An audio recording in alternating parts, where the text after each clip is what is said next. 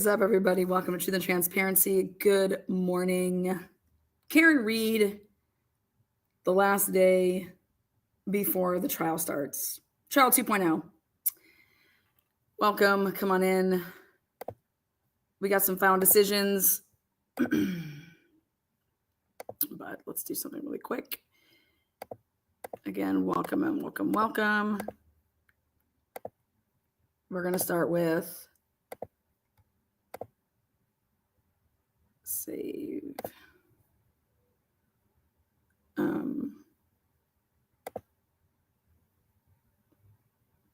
Okay. Close that for a second.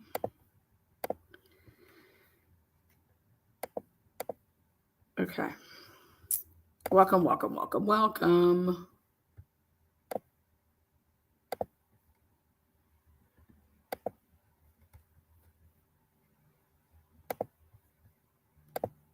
Yeah. So we got a bunch of these lovely, lovely motions really quick. Final pieces to the Karen Reed puzzle. We're going to be talking about Bev's Bingo. We're also going to go over and through a quick 20. It'll take me, I think, 16 minutes to be exact to explain how Karen Reed's defense team needs to impeach Matt McCabe. So really quick, though, the ruling on Commonwealth's motion to compel reciprocal discovery of ARCA witnesses. So that's what this was, and it is so ordered by April 18th, which had just passed.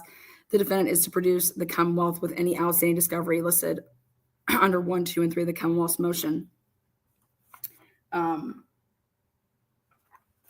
That was all bills, invoices, retainers, engagement, letters, or payments that have been created for the defense of for Karen Reed or provided to or with the Reed defense team. So ARCA. Well, that was handled. It is further ordered that by April 21st, which is today, that the defendant must disclose to the Commonwealth any testing underway, requested, or contemplated as to any testing underway, requested, or contemplated that is not completed. So remember I was telling you guys about this. Remember I said, well, I find it hard to believe that the defense team who's hired ARCA does not know what ARCA is going to do and work on.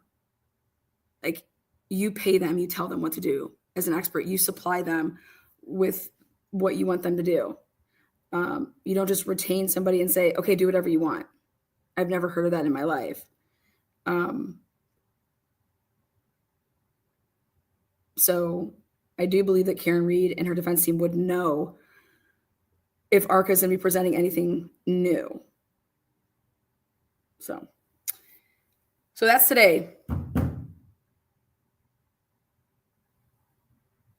After receiving the above discovery, the Commonwealth may move for additional relief. So I want everybody to see that. And trust me, if you don't think that Hank's going to be moving for that extra relief, he's just going to be arguing it again.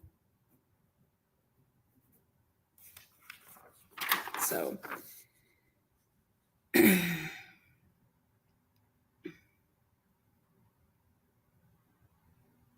awesome. Next up. This is the ruling on motions heard April 16th that we all watched. So according to Bev, she wants us to all know that she did her job. I am coming to Maine. I mean, Massachusetts. You guys, it's Monday. I am coming. I promise I'm coming there. I'm looking forward to it. With bells on. Let's make this just a little bit bigger. Just a little bit smaller than that. There we go. Okay. This is paper. When they say paper, guys, this is motion number. So see up in the corner. So Bev is talking about paper 532. I had to laugh. I said, 532? I said, that's been filed so long ago.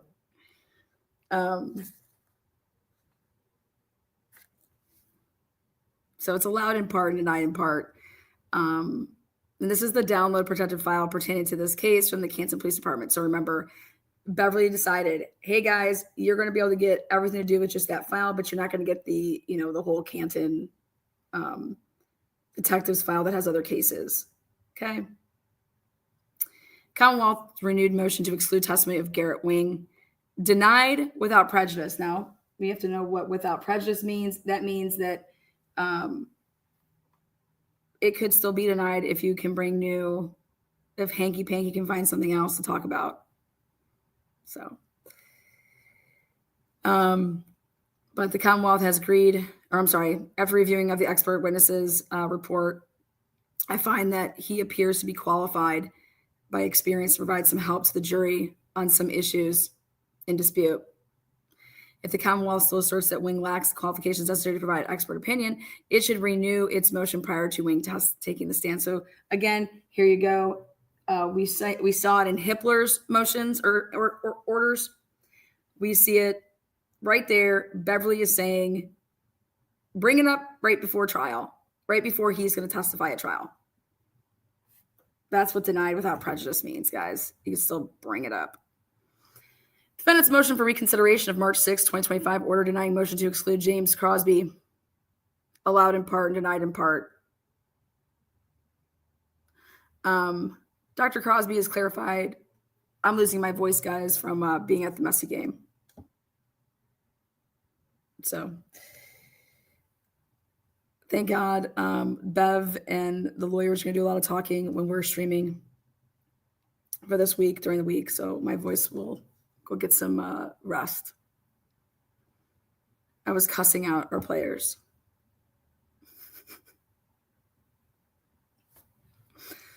So Crosby is clearly qualified as an expert, but he is precluded from testifying that his bite mark analysis excludes Chloe. Huge win right there for Karen Reed. All right. This guy is not going to be able to say that. He is not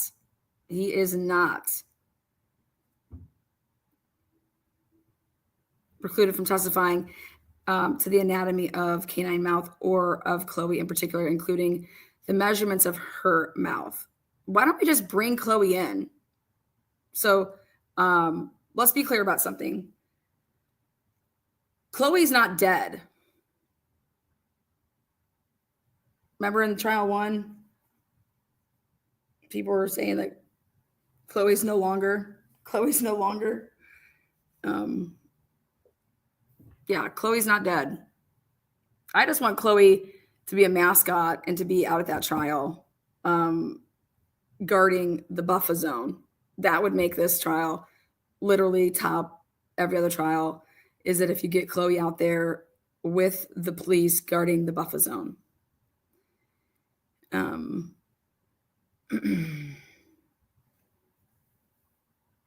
So Commonwealth's motion substitute DNA. Yeah, we're cool with that.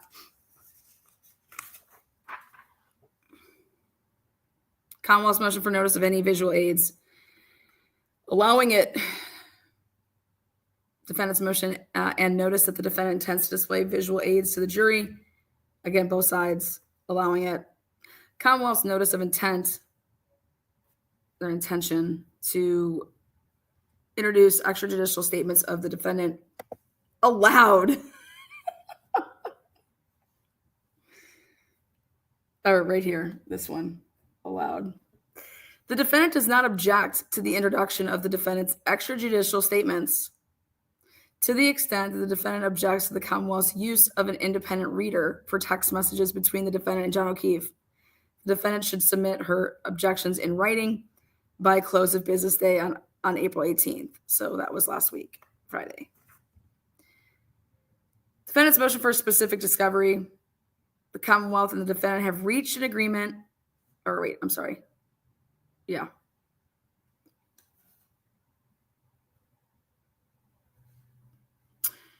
The Commonwealth and the defendant reached an agreement as to all remaining disputed material, except for material number 3 and number 4. Number 3 seeks any information, including any oral or written statements or communication of any witness suggesting a reluctancy or refusal to testify in connection with this case.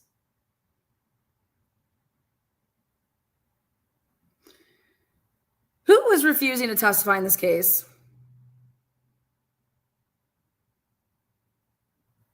Who is it? The only people that should really be saying, I don't want to testify in this case, should be Carrie Roberts, Jennifer McCabe, Matt McCabe, Brian Albert, Nicole, Caitlin, Tristan, Colin. What's the reasoning?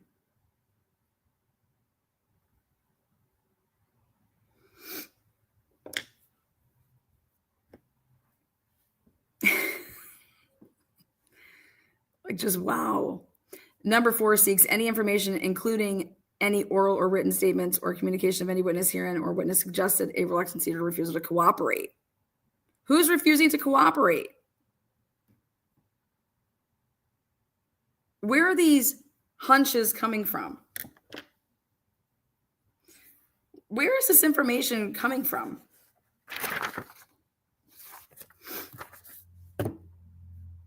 Well, I'll tell you about it. Hold.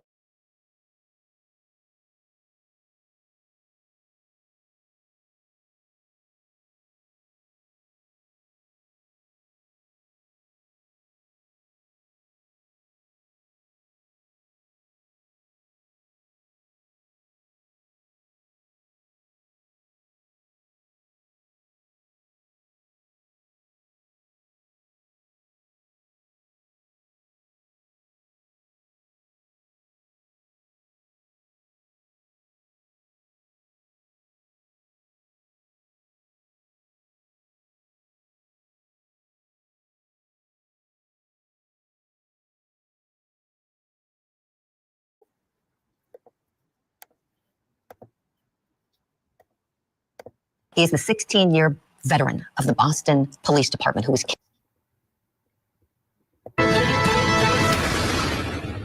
Welcome back to Opening Statements. Come to your television set and look at this video. See that? It says, John O'Keefe, remember him. He is the 16-year veteran of the Boston Police Department who was killed back in January of 2022, allegedly by his girlfriend, Karen Reed. And as we're getting ready for Karen Reed to go on trial again, close friends of John O'Keefe have come together, raised money just among themselves. They didn't crowdfund with the public, but just among themselves. And they quietly had 4 billboards to honor him erected around the greater Boston area, making sure that he is the center of this case, something that's been forgotten about with what has turned into quite a circus. So now the trial is set to begin on Tuesday with the opening statements.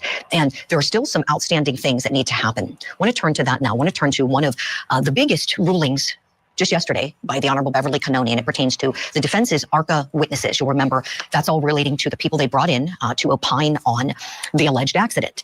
And these experts had been brought in and hired by the federal government to do their inquiry. And Karen Reed's attorneys also paid them to give their expert testimony in this case. Now, there's nothing wrong with payment for experts, but you need to disclose that. And as you recall, there was a problem. They didn't disclose that. They told the court and everyone that they were independent, unpaid, and that was simply not true. This is the very issue I've been concerned about since the beginning of this case. And I've made every effort to alert the court that I had a concern, the fact that I anticipated this very thing would happen.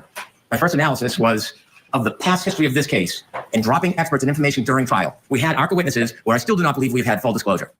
Oh, yeah. So this was from the other day. So backing up, we know the defense team, they can still be in big trouble with their law licenses over what happened with that information that they deliberately withheld from the court. But now, even after that whole mess, apparently they haven't turned over to the Commonwealth their discovery, their expert reports. And the rules say you have to turn it over. Okay. This broad has seriously lost her mind. Okay.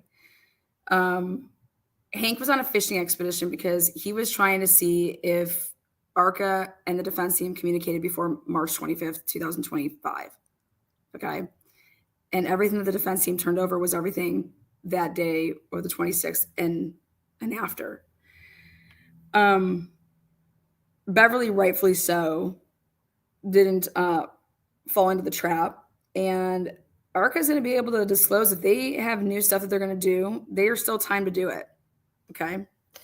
But for Julia, now let's see if she They've been ordered talks about what Alan Jackson had to say about this motherfucking man.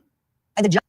judge to do that previously. And that clip we just saw, that was from the other day when Special Prosecutor Hank Brennan spoke up and said he had every concern in the world that this was going to happen, and it has. So the judge issued an order that these defense attorneys have until 5 o'clock today to meet that discovery deadline. So why the delay, especially after that debacle?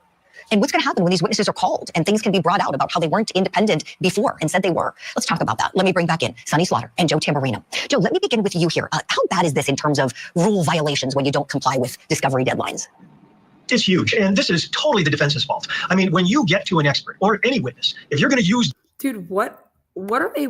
Guys, this filmed 1 day ago. 1 day ago. How in the world are they so misinformed? I just showed you guys the paper. There's another piece of paper coming. Commonwealth's motion to impound exhibit in support of Commonwealth's motion to compel reciprocal discovery of the ARCA witnesses or to exclude their testimonies. Then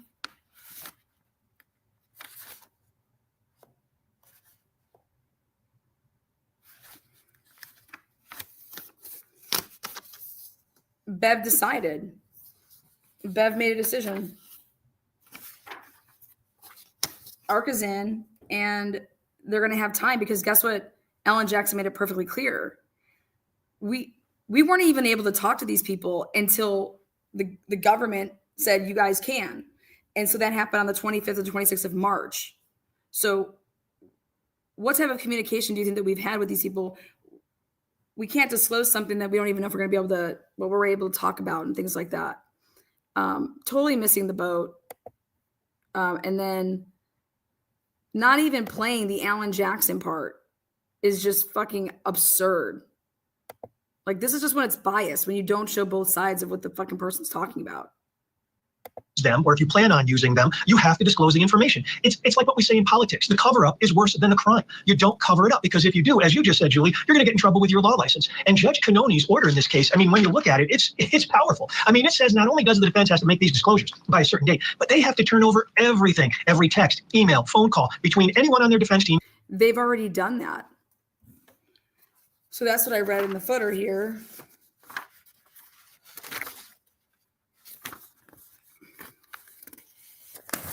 ARCA.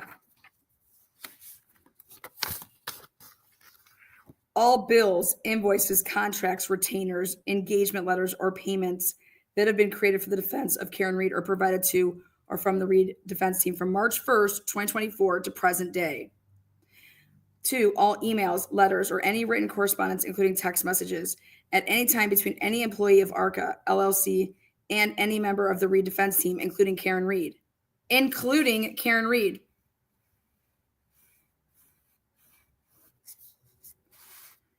All phone, ledgers, evidencing phone calls or text messages between any employee. Well, where the fuck are the goddamn Alberts and McCabe's fucking shit? Wild. Including the defendant herself and anyone with ARCA. I mean, it is broad ranging. And what this really tells you, if you read between the lines, is the judge saying, defense attorneys, I don't trust you. You got to get this done. And if you don't, there's going to be severe consequences. And Joe, great analysis. Right. You know, last time she questioned it, we heard her in the courtroom saying, so you're telling me these are independent, unpaid witnesses. And they said, yes, yes, yes. And duping the court is what happened. Hank Brennan called it a dupe, and the judge found that it was.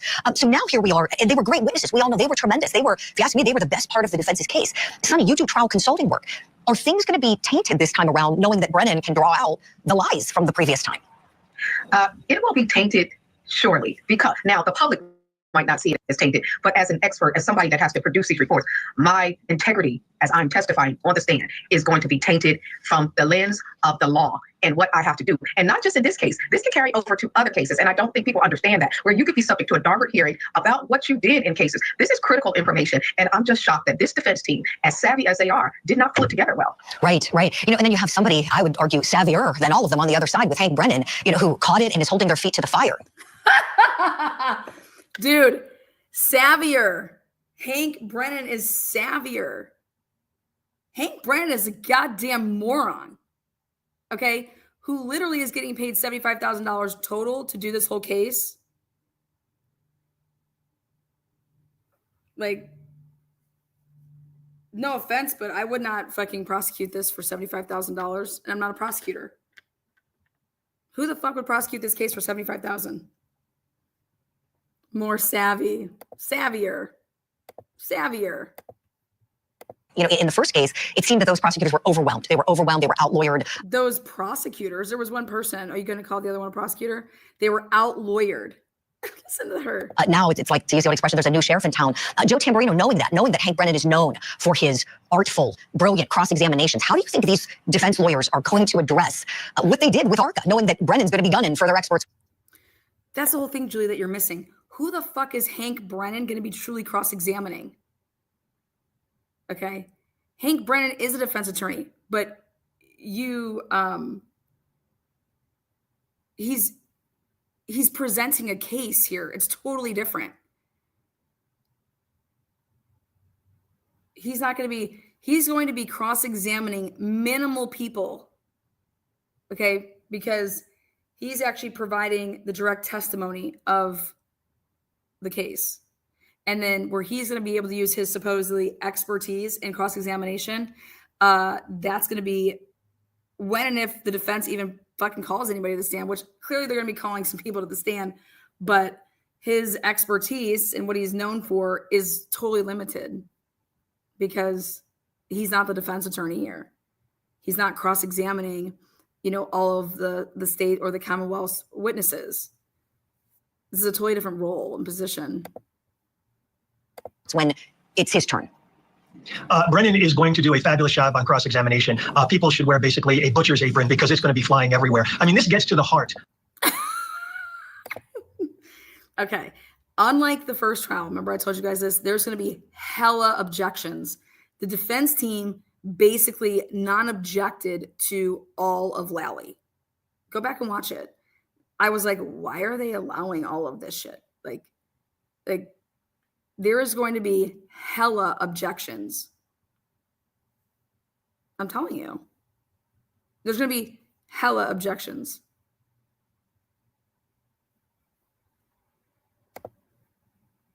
Of the matter with any witness. The way to totally eviscerate a witness is by showing bias or prejudice, showing that what they are basing their foundation on, meaning why they're testifying, is not true. I mean, it would just completely obfuscate anything that they're talking about in terms of science, accident reconstruction. Why? Because you're bringing out to the jury that these guys are paid. Not only that, but the defense attorneys lied.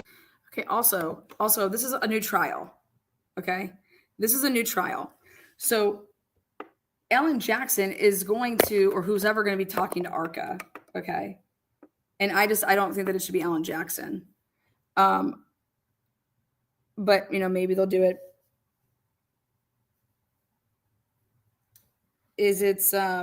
Alan Jackson's not going to ask certain questions that he asked in trial 1 so that that door for on cross-examination. I mean, people say, well, it's cross-examination. I can do whatever I want. No, you still have to be within, you cannot ask stuff that is so far outside of what we're fucking talking about here.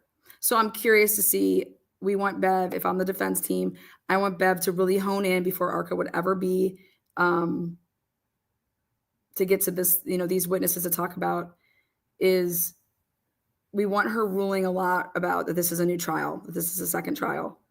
The only thing that's going to be relevant from trial 1 is testimony that was given, statements that were made. If you've made it before, that's what you said, before, and now you're saying this. But Alan Jackson in the beginning of when he brought out ARCA was asking them things like, we didn't hire you, right? And the Commonwealth didn't hire you, right? You think he's going to be saying that this time? No, he's not. About, presumably in court, that they were independent witnesses, when in fact you got all these emails, all these texts, all this communication between the defense and the experts. I mean, it's going to be very fun theater and courtroom drama to watch. Joe, you're so right. You're on fire, my friend. I love that. What do you guys think that there is? You guys think that Alan Jackson's his first rodeo? You guys think that Alan Jackson, after what happened a couple weeks back or how long it's been, you think that Alan Jackson isn't going to be doing everything via phone? Listen, nobody is emailing or texting with ARCA. You understand me? Everything is being through phone, period. Handled. You don't think that Alan Jackson did that? Analogy made of the butcher's apron. Yeah, this is going to be real bad. And I think one of the saddest things about it is this didn't have to happen. They had great witnesses. They should have just been honest. Be honest. Say yes, it is perfectly fine. Pay your experts. Sonny knows that's how it happens. Nobody's working for free, and nobody expected that. But hiding the. What are you talking about? I just can't believe you're still saying this. Pay your experts. No, just disclose it. But they didn't pay them for the work. They didn't pay them for their opinions. They paid them to come there and testify, which was after the fact when that bill was paid after the trial. This has been so fucking spun. It's not even funny. And they put themselves in this unfortunate position. We've got to leave it there for now. Sonny, I need to let you go. Okay. So, Sweetness, she sucks. She's absolutely off her fucking rocker. I have to speed her up. She's crazy. All right, now let's go to then.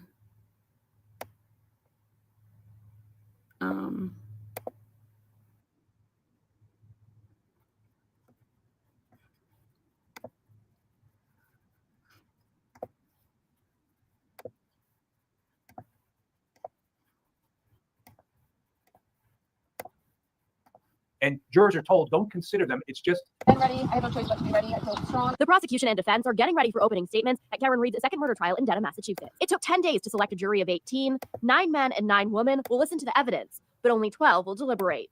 The first thing they'll hear is the prosecution and defense lay out their case, kind of like a roadmap. Opening statements are not considered evidence, and jurors are told, don't consider them. It's just what the lawyers are saying off the top of their head on what they expect you to hear. This time, Hank Brennan is a special prosecutor for the district attorney's office.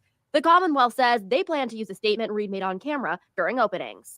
I expect that's only 15 seconds. Okay. Reed has done a number of interviews since her mistrial last July and says she heard this specific clip that will be played on Tuesday. Nothing that phases me in any way. Can you tell us?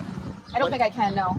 Generally speaking, people are using audio-visual aids and graphs and things like that increasingly during opening statements. So rather than just say what she said, they obviously have some point that they want to make. Meanwhile, Reed says Alan Jackson will give opening statements for the defense. During the first trial, David Unetti did. They too will show something to the jury. There's only a single photograph we intend to display. It will be an admitted exhibit. Close to 600 people were vetted during the jury selection process, with the trial expected to take 6 to 8 weeks. A final motions hearing happened before opening statements. Things got fiery over 2 experts from ARCA who are expected to be called to the stand again. The Commonwealth says they have concerns about new potential reports coming from the crash reconstruction experts after the trial has already started. This is the number one issue I anticipated and that I've tried to prevent. We do not have additional reports or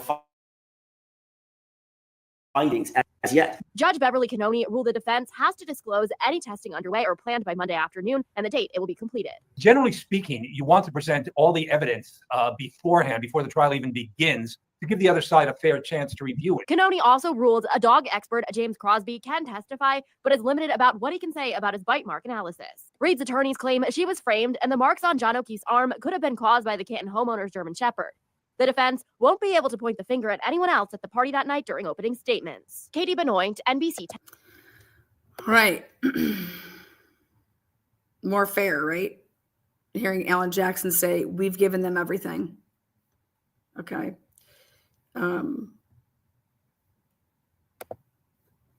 So now back to, let's bring in good old, what do we got here?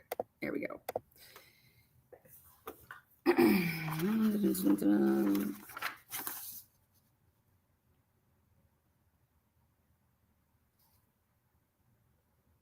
Okay. So going back to this, why aren't we talking about this? Why isn't mainstream media talking about, wait, hold on. What plaintiff witnesses, Commonwealth witnesses do not want to testify? Again, defense motion for specific discovery. The Commonwealth and the defendant have reached an agreement to as to all remaining disputed materials except for materials number 3 and number 4. Number 3 seeks any information, including any oral or written statement or communication of any witnesses suggesting a reluctancy or refusal to testify. They got wind of this. Okay. The defense got wind of this somehow. that people that were on that witness list, or even like from last year, whatever, said, if there's a trial too, I do not want to be called. I do not want to be part of this shit. After watching all of this stuff, let's say whatever they fucking said, right? In my opinion, the reason that the defense would be seeking this is because they got wind of this, right? So, with that said, who is it? Who doesn't want to testify? But Bev is allowing it. So defense motions are like, turn it over, Hank. Turn it over. Though it is a close call, she always has to say it's a close call when she gives something to the defense, okay? Though it is a close call, arguably, this request is covered by and should be provided. Therefore, as to number 3 and number 4, the motion is allowed. The Commonwealth must provide this information within 1 week. Within 1 week. Why? Why can't it be by the time the trial starts? Look at it. Within 1 week. The fuck? Is this insane or what? I just try to look at the consistency versus inconsistency. Me personally, I have a weird feeling. I don't know why. I have this weird feeling. It's Carrie Roberts. Why do I have this weird feeling it's Carrie Roberts?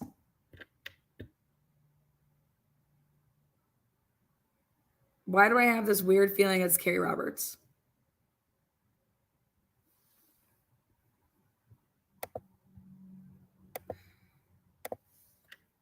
Well, and I think you have that weird feeling it's Carrie Roberts because of John O'Keefe's cell phone, right?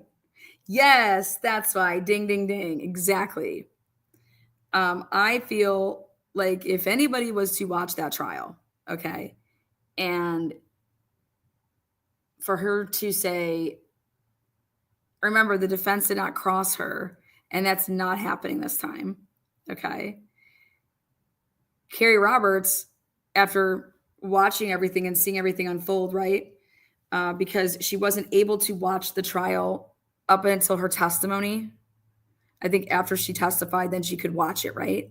So she would have not seen anything. Did Carrie Roberts go back and watch the beginning of the trial up and until her day, right? And is she like, oh my God, WTF?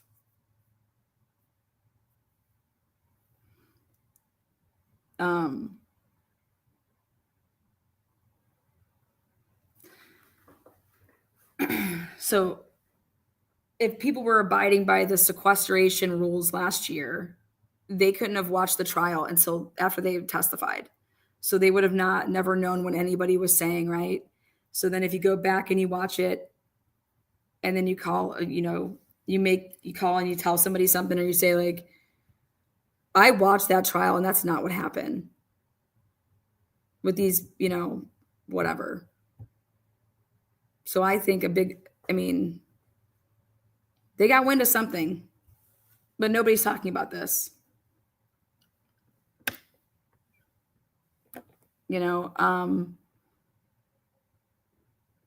To hear I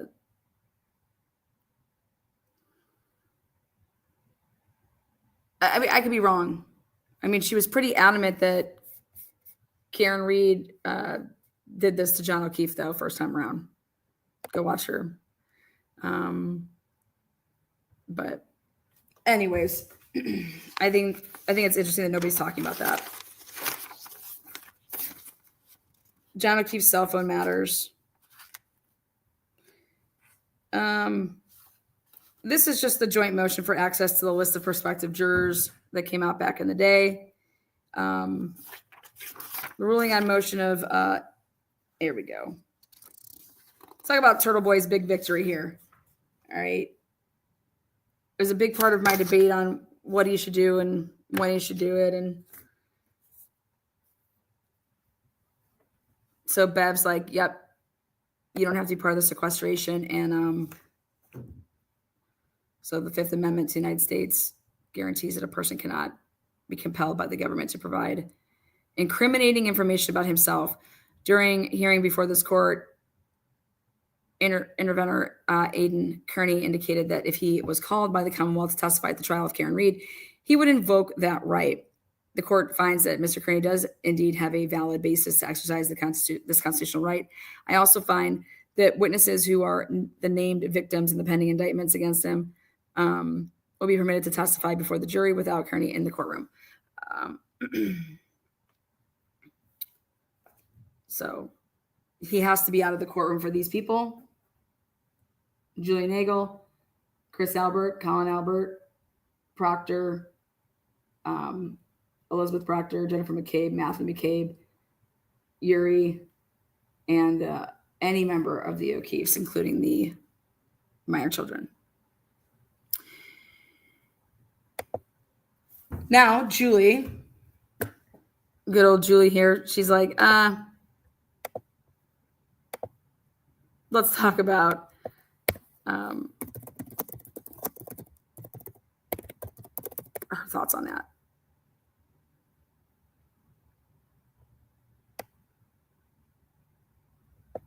Okay.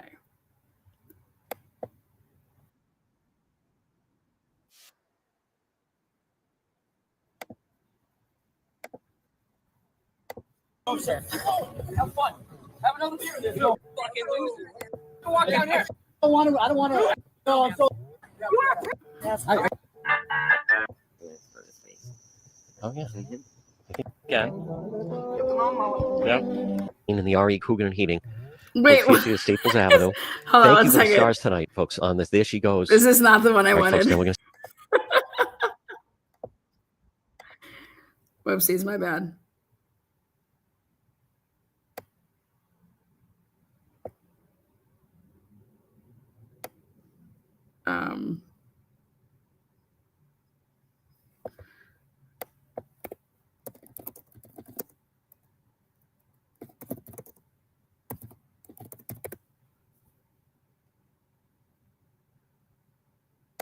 Okay.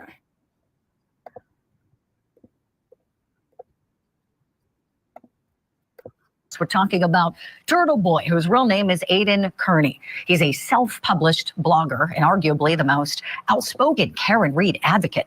And we learned in court on Wednesday what he plans to do if he's called as a witness by the Commonwealth. There's really no reason to beat around the bush here, Your Honor. The Commonwealth is not going to call my client, Mr. Kearney, who for the record is in the second row here today. Can I just ask, if he were to call your client, would he take the fifth? Yes, Judge. Mr. Brennan, do you agree that Mr. Kearney has a Fifth Amendment right? I think he has a Fifth Amendment privilege. I don't know that he has a Fifth Amendment privilege to all questions we would ask, but the content that we would go into, I think he clearly would have a Fifth Amendment privilege. All right, so you're not asking for a Lumen Martin hearing?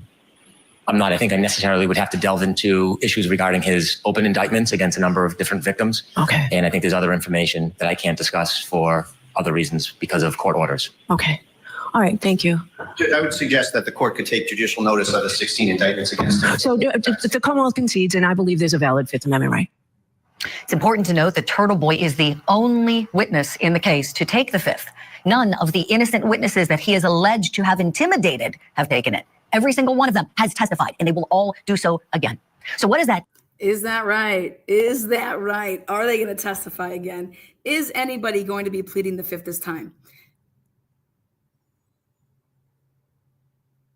You guys, there's an old saying that if you think that you're going to do the same thing and expect a different outcome, that is the definition of insanity. So I personally believe that there is absolutely no fucking way that the defense goes at this trial the same way that they went at trial number one.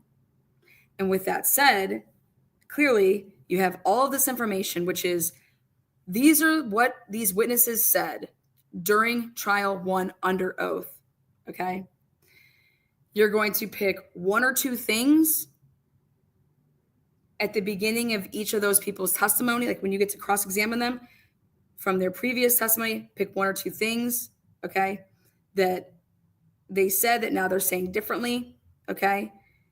get in the jury's mind that this is what they said then and this is what they're saying now.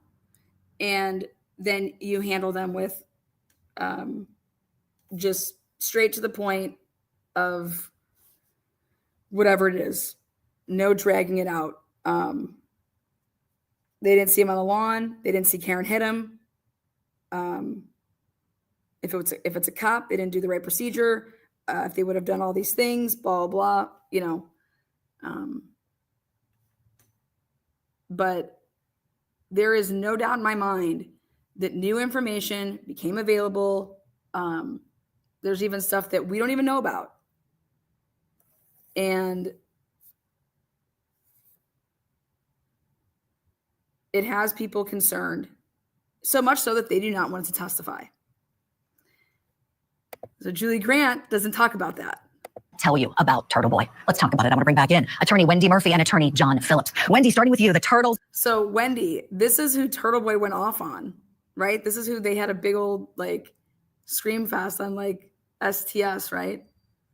Surviving the Survivor. Gonna hide inside of his shell at the trial. Your thoughts? Wait a second. Okay. How is Court TV allowing, like, she's talking like she's running like a show like mine right now. How is he going to hide inside his shell? That's fucking, that is explosive language. Explosive language if you want to talk about, you know, she's biased. She fucking hates Turtleboy, right? This language, though. And now she invites this other fucking hater on her channel. I want to bring back in attorney Wendy Murphy and attorney John Phillips. Wendy, starting with you, the Turtle's going to hide inside of his shell at the trial. Your thoughts? That was a good one. Can I refer to him as the turd instead of the turtle? Because I'm. Do you guys, this is a fucking Court TV, like, this is awesome, in my opinion. This would never have been allowed. This is crazy. Can I call him turd? What? I'm trying to be as polite as I can without offending everybody in your audience. And, you know, the words that I'm thinking of using are probably objectionable. He is the most repulsive, harmful, destructive force in this case by far. Now, let's just be clear. I respect that he has a right to assert his Fifth Amendment privilege against self-incrimination. It's an important constitutional right. But what that means to us in the public is we can and should infer that he is hiding evidence that proves he committed crimes. You know, let's just be clear about that. Innocent people. Oh my God. These people are so fucking nuts. No, they know that that's not what this is about. He inserted the Fifth so that he could cover the case and make a living, you fucking pieces of garbage. Okay? And I know that these people might not know what that means to earn and work hard to make a living instead of just being fucking mainstream media's puppets and they'll pay you. Okay? Turtleboy beat the game by, I can plead the Fifth. I won't be part of the sequestration so that I can cover on this case. That's why he pled. This is that. Okay.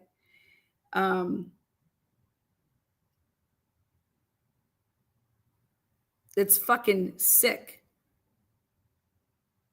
that you're going to have a show where you claim to be unbiased and you're going to bring in and do something like this. And do not invoke the Fifth Amendment. Now, let me be clear. When I say innocent, I mean people with nothing to hide, because as the judge made reference, and you heard it in that clip, if the prosecutor thought that his invocation of the Fifth Amendment was not in good faith, that he was just doing it as an excuse so he could sit in the courtroom and pretend to be a reporter, they would have had a hearing. Pretend to be a reporter. He is single-handedly, Turtleboy has single-handedly put this case on the map. He has single-handedly exposed all of this shit.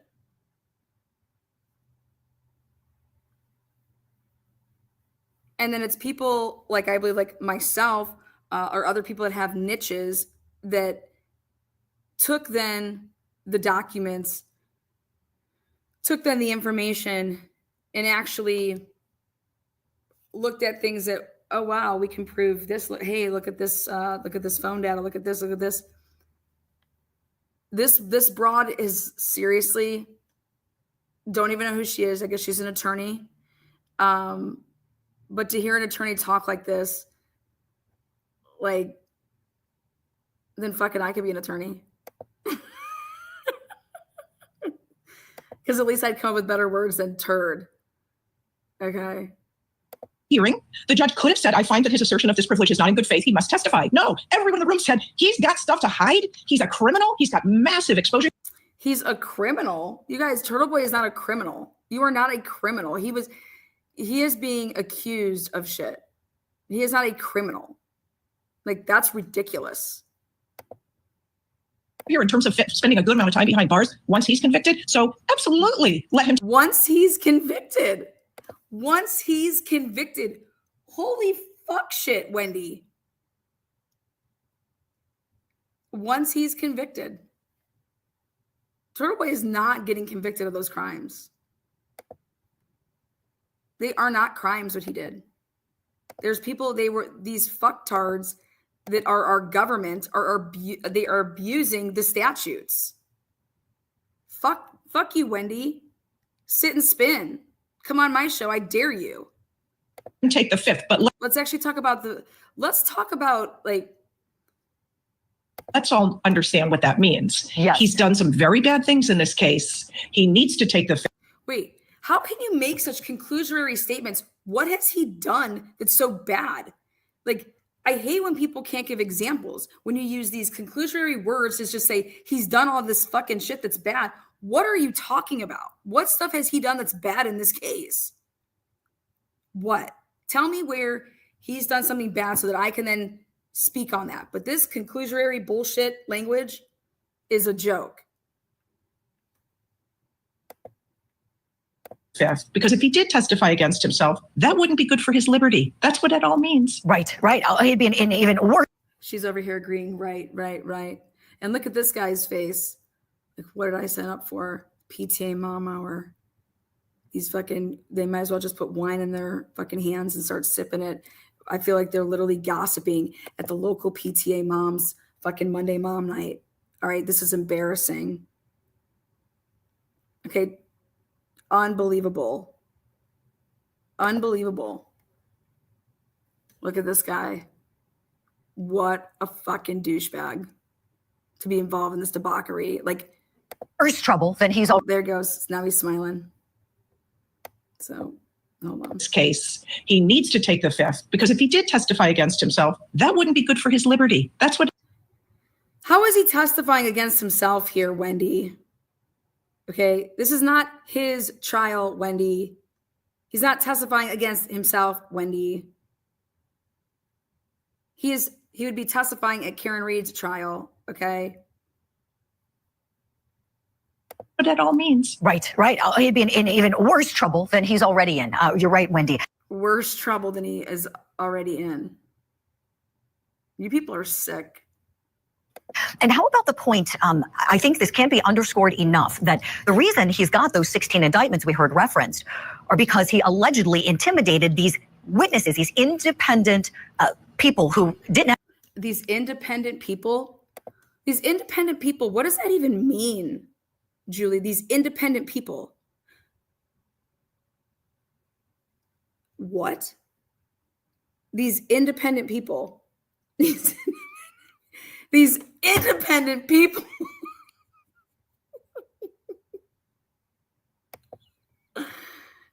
Asked to be part of this case, just happened to be there that night and can offer something. They didn't ask to be part of this case? Are you fucking on crack, Wendy? Are you lost your mind? These independent people that did not ask to be part of this case. What? Okay. These innocent people, they all testified. They all were very open in trial number one. They're all going to testify again in trial number two. None of them are taking the fifth. And he's accusing all of them of hiding something. John Phillips, what does that say to you about him? The difference, Wendy, is that they're being protected. So no shit, they have no fucking issues taking the goddamn stand. They are being protected by the government. He is not being protected by the government, you dumb bitch. Okay? But you know what? You know it, Wendy. You know it, Julie. You guys fucking know it. Okay? If I was being protected and could say anything and nothing was going to fucking happen to me and I'll lie my fucking tits off, sure, put me on the stand because nothing's going to happen to me. Okay? I still, as a human being, couldn't do it because I got way too much personal pride. I would never be able to do that. I actually give a fuck about what I do. You're never going to fuck with my integrity. And when I make mistakes, they're definitely never intentionally made, and I have no problem owning them. Hella holy shit. These people have lost their fucking ever-loving minds. Lost it. It says a lot. And he did an interview with the Intelligencer. I'm not familiar with it, but he described himself, and I got to look down, as three things. One, an activist. Okay. He said it, an activist. Two, a journalist. And three, an entertainer or satirist. Those three things are entirely inconsistent. You can't be an investigator and go through a case and have a. Wait, why can't you? Who the fuck do you think you are? Fucking, I don't know, Daddy, what's his name? Daddy Dong. Why can't, what are these?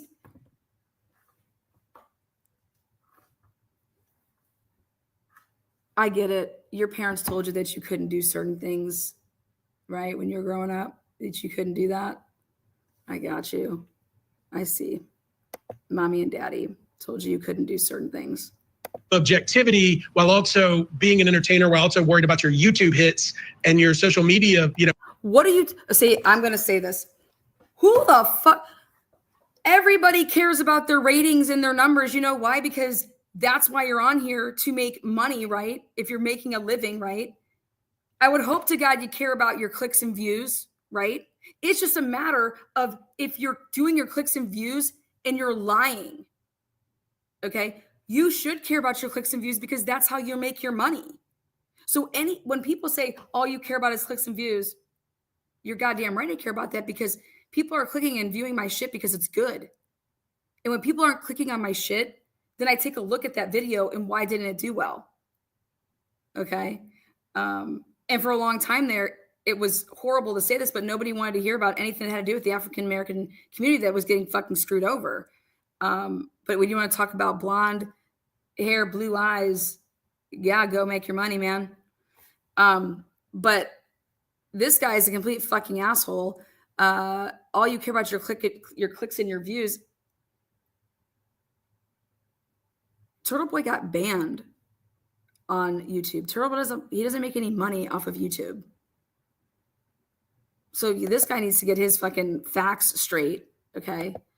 Turtleboy was able to get a following that then followed him, and it's really hard to do when you have to get people to come to other platforms that they're not, oh, I just gotta have to go do what now? I gotta download this and now I gotta do this. It's very, very difficult to do what he's been able to do. And it's because he's worked his ass off. You know, he's the type of person that's like that no quit mentality. And these people are just seething jealousy. And it's fucking, to me, it's fucking, this is comedy. Get popcorn out. Bounce. And that's the problem here, is he's trying to wear all of these hats, and one's he's trying to, motherfucker, he has succeeded wearing all of these hats. Okay? And they're not hats. These are people's character. This is people's personality. This is who you are as a person. Okay? And to say that you're wearing these hats, why are you dissing a profession that you're a part of, you fucking dummy? How dumb can you be?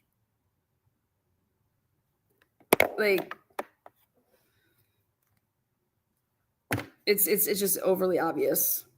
It's overly fucking obvious how jealous these people are. Turtleboy pleaded the fifth so that Turtleboy could make literally money that he could burn in your fucking face, Daddy Dong. Same with you, Julie, and same with you, Wendy. But he's earned that right to be able to cover this case. And Brennan tried to put him on the witness list erroneously, but nobody wants to talk about that.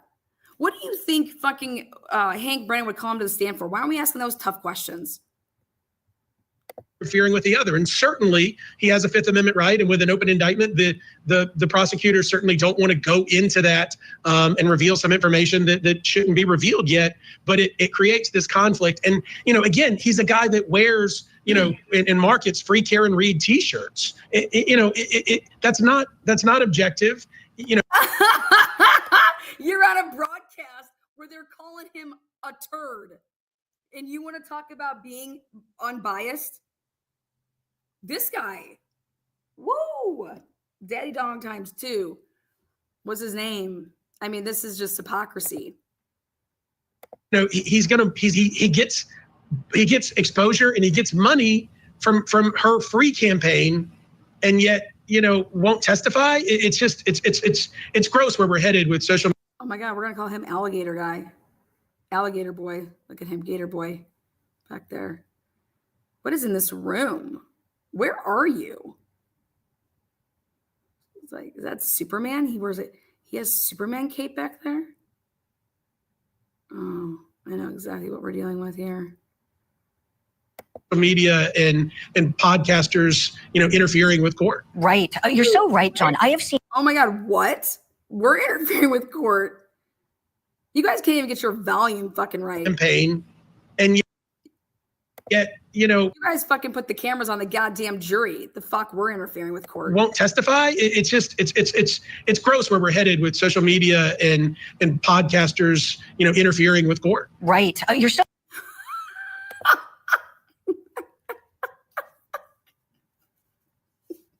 Podcasters interfering with court.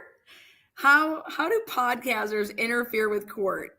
Can you explain that to me? This is Tina with What the Fuck Translation Services. What the fuck are you talking about, Daddy Dong? The Daddy Gator. So right, John. I have seen. Oh, his name's Johnny. Johnny Boy. All right. We got Turtle Boy. We got Johnny Boy. And we got, I don't know, whatever you want to call these hush puppies over here. So much more disinformation about this case, disinformation and misinformation about this case than I have any other one I have ever covered. This has been the most vile case for so many reasons. Carolyn D, the most vile. How does she have a job at Court TV talking like this? This is the most vile. What? God, Turtle Boy, if you don't sue the fuck out of this broad, I'm going to be pissed at you. Like,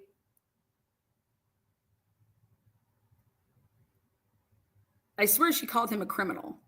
Now, unless he has some criminal background that I do not know about, but disinformation, he's the reason Proctor lost his job. Reasons, and the victim has gotten lost. And I know you both appreciate that so much as you are advocates for victims. And when we think about what this is really. Who's the victim? The guy on the lawn? Tell him the guy didn't go inside. The guy that nobody refers to as an officer. Right? That guy? Really about this trial has turned into a shameful circus. It really has. Who do you think has turned it into that? Who's turned it into that? The fucking prosecutors go out and get a special prosecutor, okay, who needs to come in and fucking prosecute this case. Why? Lally did a great job. You got a fucking mistrial. I think Lally did great. It should have been she should have beat the chart. She should have been acquitted. Lally got a fucking mistrial. Why doesn't Lally retry it? Who's turned? Bev has turned this into Bev's rulings. You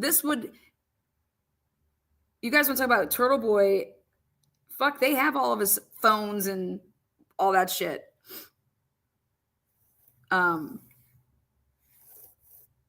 Man, these double standard fucking mainstream media fucking Muppets, man. And when we think about the origination of this circus, who does it go back to? Gee, Mr. Turtleboy. The origination lands. You guys, nobody can make a fucking courtroom a circus other than the person that's fucking running the courtroom. Okay, you always hear them right here. Order in this court. This is not going to be like this in my courtroom. The judge, what you guys are totally misplacing all the accountability and responsibility of that courtroom on a fucking, who they say, podcaster, blogger, blah, blah. You've lost your mind if you think that anybody like us citizens of the United States of America have a fucking say if a courtroom's a circus or not. That is absolutely insane. You saying that, Julie Grant, is fucking laughable. It's laughable because it's so like, dude, why do you think I call it Bev's Bingo? Bev's on Bev's. Bev with pigtails, you know, Saba, Buffaza. I mean, get out of here. The only person that's made this trial a fucking sham has been Beverly Canone. It all goes on her. And then it would go on to the lawyers, okay, the officers of the court. But to sit here and try to put the way that this case has transpired on Turtleboy, like fucking, yeah. Go reach for the soap because this is ridiculous. And his friend, Ms. Karen Reed, now this relationship is being exposed. Your thoughts on how Hank Brennan has now made public what those two kept quiet for so long? What has Hank Brennan made public that those two kept quiet for so long? Look at how she just fucking says this and then has one of these people is going to answer this.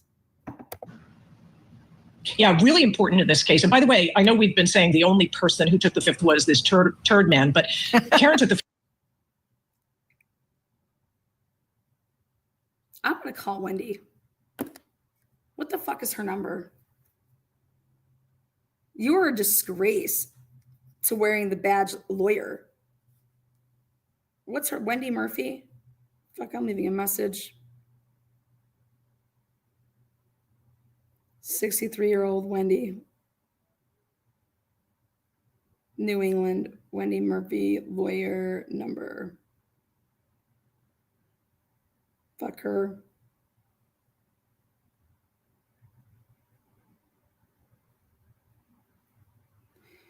Wendy J. Murphy, adjunct professor of law at New England School of Law in Boston. She is a former prosecutor, impact litigator, and attorney. How do I contact you? Contact us. Email only. Fuck that, I'm calling.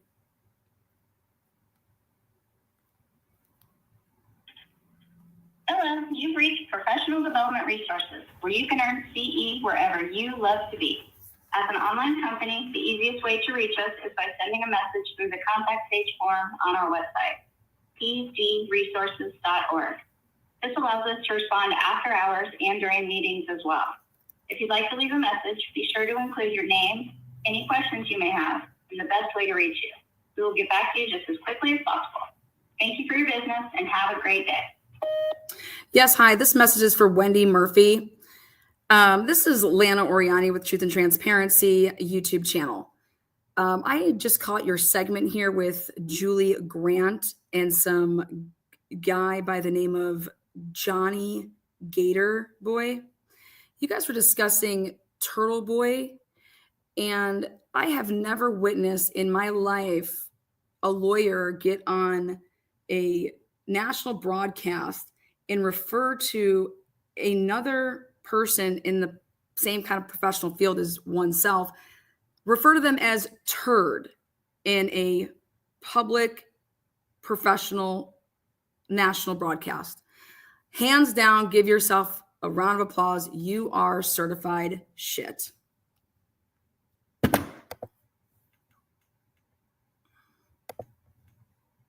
Fifth too. Let's be honest about it, right? So the two criminals took the fifth. Who's surprised? Nobody. But one of the important things in this case that we really didn't see last time, we all thought about it, but we didn't hear it from the prosecutor per se in a way that sounded like it was going to make a big difference. Hank Brennan now is saying part of what's going on in this case is a disinformation campaign bought and paid for by this criminal who thinks that that's a tactic. That, you know, in defense attorney school, one of the things they allow you to do is just pay for PR firms and pay for protesters to show up and pay for bot farms so that social media creates this frenzy and sense that you're actually innocent and it's all a conspiracy. I mean, there are so many mentally ill people who will just buy into that regardless of. Now she's making fun of the people, like that we're mentally motherfucking ill because we buy into what? We're not buying into shit, Wendy. We're watching with our own fucking eyes, Wendy.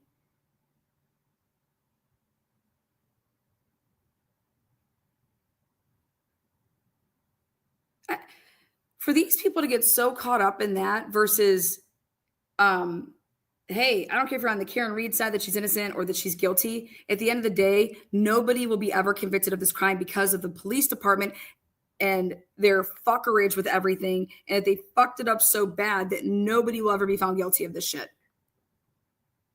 That's the art. That's what people should be talking about. And people should be pissed, okay, that the government is fucking up this bad.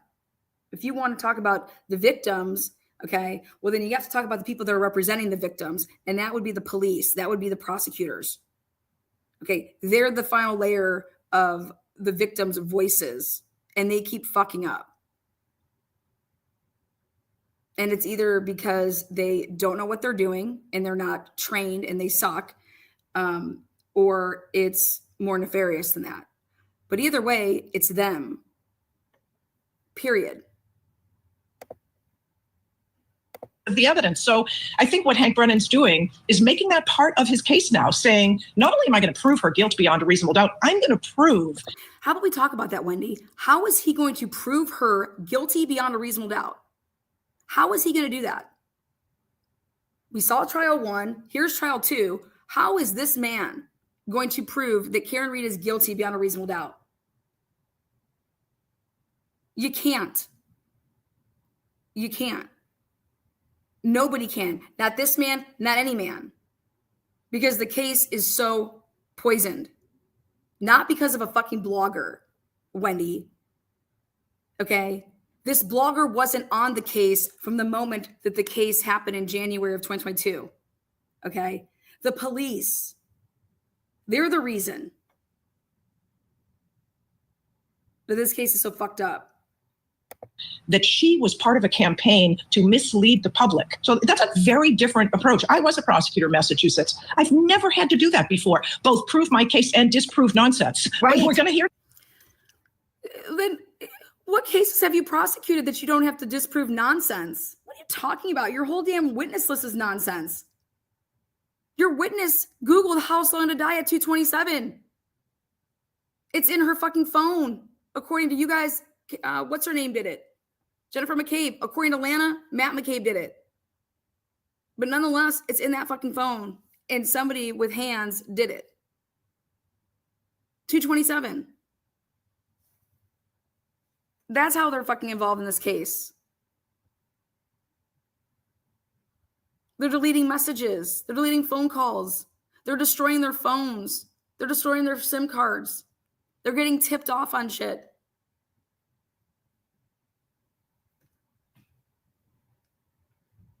Wendy, you are a fucking total trash can, man. Actually innocent and it's all a conspiracy. I mean, there are so many mentally ill people who will just buy into that regardless of the evidence. So I think what Hank Brennan's doing. Regardless of the evidence. This broad fucking needs a lobotomy, man. What evidence? What evidence? What evidence?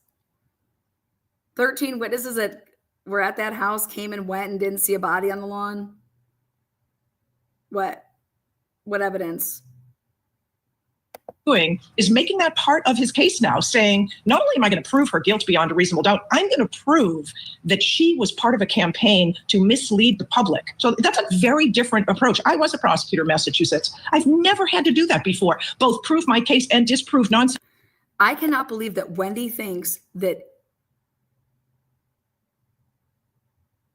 Hank Brennan is going to attempt during his case in chief to prove that the defendant was running some campaign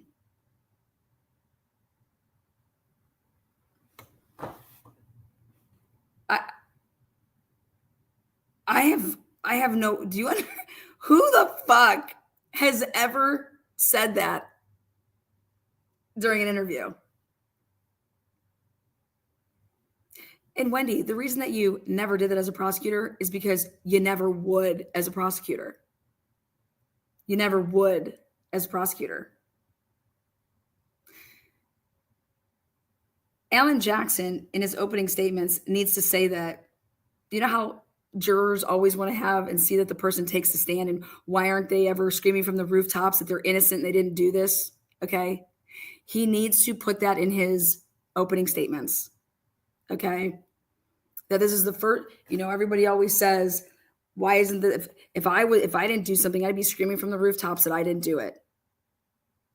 Karen Reed did that in the situation. And the prosecutor is going to try to twist that.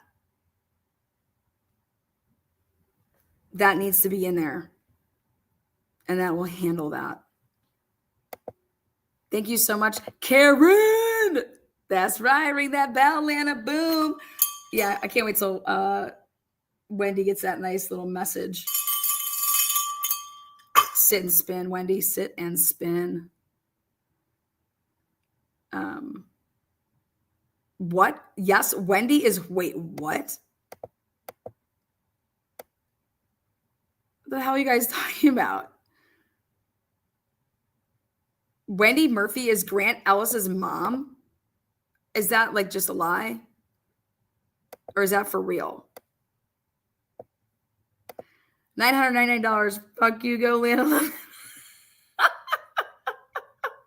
This Wendy is a professor? Yeah. An adjunct professor at some New England school. Yes, for real. Fuck shop. Stop. I'm dead. Oh my God. Wendy is Grant's mom? Oh, fuck shit. Oh, hell no. Oh, shit. I got new merch, man. Just wait for it. That's wild as fuck.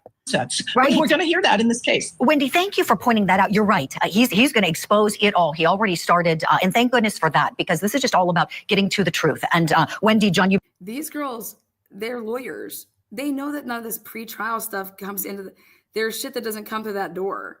It's all pre-trial motions, right? These people talk out of their fucking, like, whatever they have. Oh my God.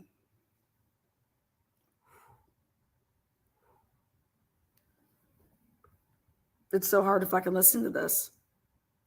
Us mentally ill people have such a hard time listening to this. You both, of course, know this, or courties know. Legally, we know Karen Reed is cloaked in the presumption of innocence. Hank Brennan and the Commonwealth of Massachusetts have that burden to carry.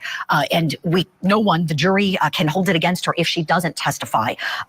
Point taken, Wendy, that she's done a lot of talking to interviews of her choosing and not in the trial last time. We'll see if she changes her mind this time. Stand by for that. We'll have to leave it here for now, but great points from you both always. Wendy Murphy, John Phillips, I know you're busy people. We have to. John Phillips got his name. John Phillips. God. Little pencil dick. John Phillips just sat there. I'm going to ask him when he's going to the next PTA Monday meeting. What a fucking Mary. Sissy Mary. No offense to the Marys out there. Unbelievable. Unbelievable that Court TV pushing this bullshit.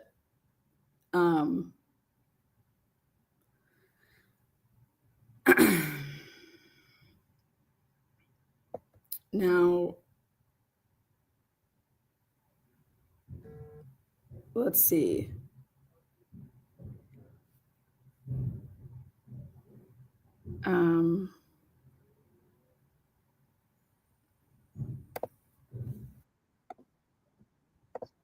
This is a year ago. Once again, every time I do this story, I have to say it.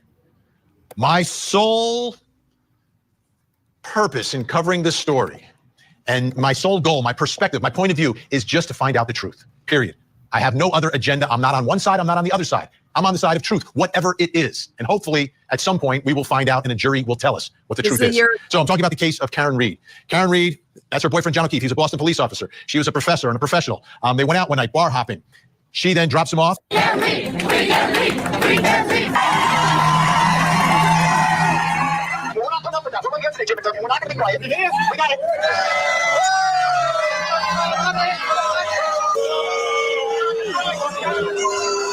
And the man leading those demonstrations has subsequently gotten arrested and charged with witness intimidation and some other charges. And he's joining us tonight. Let's bring our special guest, blogger, social media personality, owner. Okay, remember, this was a year ago. Okay, so let's see. Of TV Daily News and the man who organized the Karen Reed protest, joining us tonight from Worcester, Mass. Aiden Carney, a.k.a. Turtleboy. Great to see you, Turtleboy. You were locked up for a while. How long were you locked up? I did 60 days, Vinny, 60 odd days. All right. Now you're here tonight. So I've been reporting on a lot of allegations against you and about you. So I want to talk about some of those and have you respond. And I want to begin with the relationship between you and Karen Reed, what exactly this is about. Because in an affidavit that was filed by the Commonwealth, they are alleging that Karen Reed provided to you non-public information using an intermediary, a woman named Natalie. You're using the secret text messaging app that terrorists use. You made 189 phone calls to Karen Reed, and you spoke to her in excess of 40 hours. And then a woman named Jane, who I believe is your ex, stated that you run everything by Karen Reed before you post anything, before you say anything. You run it by her, and you two are kind of in cahoots together. Well, first of all, I laughed out loud when you said that Signal is a terrorist app. It's one of the most commonly used encrypted apps for a reason, because people don't want Big Brother government coming. Can you believe that he fucking said that? Like, you're using a terrorist app. Like, Vinny, hopefully you're looking back at this and you're like, what the fuck? What was I saying? Okay. Into their homes with guns, taking their devices and reading all the text messages. That's why people use Signal. And the two sources that they have that the government is using, Lindsay and Natalie, are two of the least credible people on earth. And God forbid, Vinny, that a reporter, an award-winning journalist, speak to the subject of his reporting on the phone. Karen Reed, yes, guilty as charged. I, as a journalist, interviewed several times and spoke with the subject of my reporting. She asked to remain anonymous, and I honored her anonymity because that's what I do as a journalist. If she gave me information on the record, I reported it. If she gave me information off the record, I didn't report it. Mystery solved. This is an investigation without a crime. This is a pathetic... Mystery solved. Fuck yeah. Fuck yeah. Again, this was a year ago, guys. Like, you know, just popping. last-ditch attempt by the Commonwealth. They're going down and they know it, and they're trying to basically smear my credibility and smear Karen Reed's credibility to try to save themselves, but it's not going to work. Okay. So you're saying, yeah, you were having these conversations, but it's like any other journalist who's going to talk to a source, who could be the person related to all of it. I get that. I believe in the First Amendment myself, being a journalist and a lawyer who believes in the Constitution. But were you together figuring out a way to go after people? Was she saying, go after this one, go after that one? I want you to confront this person. Oh, the fantasy world these people live in, Vinny. No, if you're new, I've been doing Turtleboy for about 10 years. I existed long before Karen Reed. I do not work for Karen Reed. I work for Turtleboy, the brand. Karen Reed has absolutely zero control. Right there. That's so important. And everybody totally forgets that. You know, he's been doing this for 10 years. So right there, done, right? Like, move on.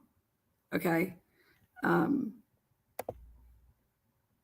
Over the content on my website. When I went and I interviewed these people, when I went up to them and asked them, and this is what I'm being charged with. I'm being charged with witness intimidation because I asked questions to people who, quite frankly, according to the evidence, appear to have murdered a Boston police officer and covered it up after the fact. Okay, let me stop there because I want to get into that. And I want folks to know what we're talking about for those who don't know the story here.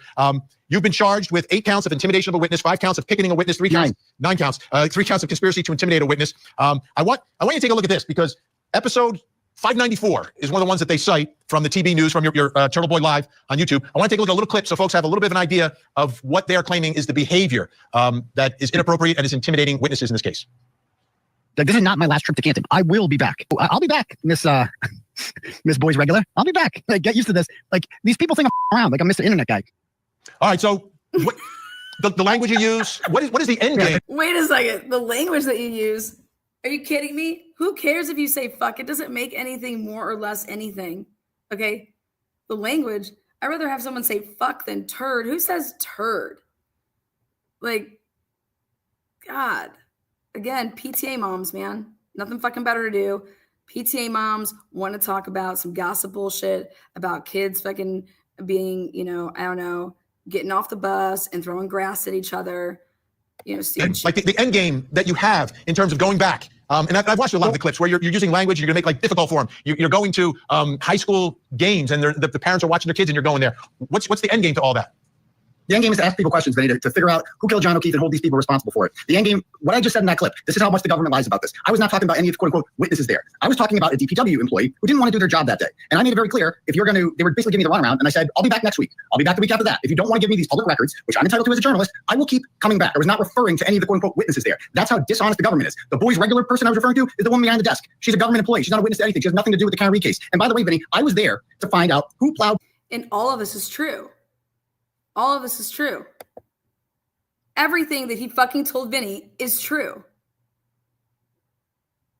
And the government did spin it.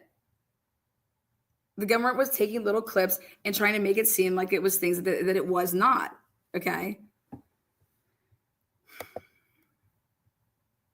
Fairview Road the morning of January 29th, 2022, because they never interviewed the plow driver. And guess what? 2 months later, I found that driver. His name is Brian Lucky Loughran. He plowed Fairview Road at 2:30 in the morning. He went right by the house, and John O'Keefe's body was not on the front lawn. He also told me in an exclusive interview that he saw a Ford Edge parked directly next to where John O'Keefe's body would be discovered 3 hours later. And he had been interviewed by the FBI about that. And why didn't the state police find this guy? Why didn't they track this guy down? Because they didn't want to track him down. Because his information, his testimony proved that John O'Keefe was not killed by Karen Reed at 12:30 because he was not on that lawn at 2:30. And since breaking the story in August of 2022, the state police, to this day, have done zero work to find out who was driving that Ford Edge parked right next to John O'Keefe's body at 3 in the morning. You know why, Vinny? Because they're too busy calling up ex-girlfriends of mine and someone named Natalie and finding out how many times I talked to Karen Reed as if that matters. Why don't they find out who's driving that Ford Edge? Don't they want to know who killed the Boston police officer? Because it sure as heck wasn't Karen Reed because there was nobody on the lawn at 2:30. That's what I was doing.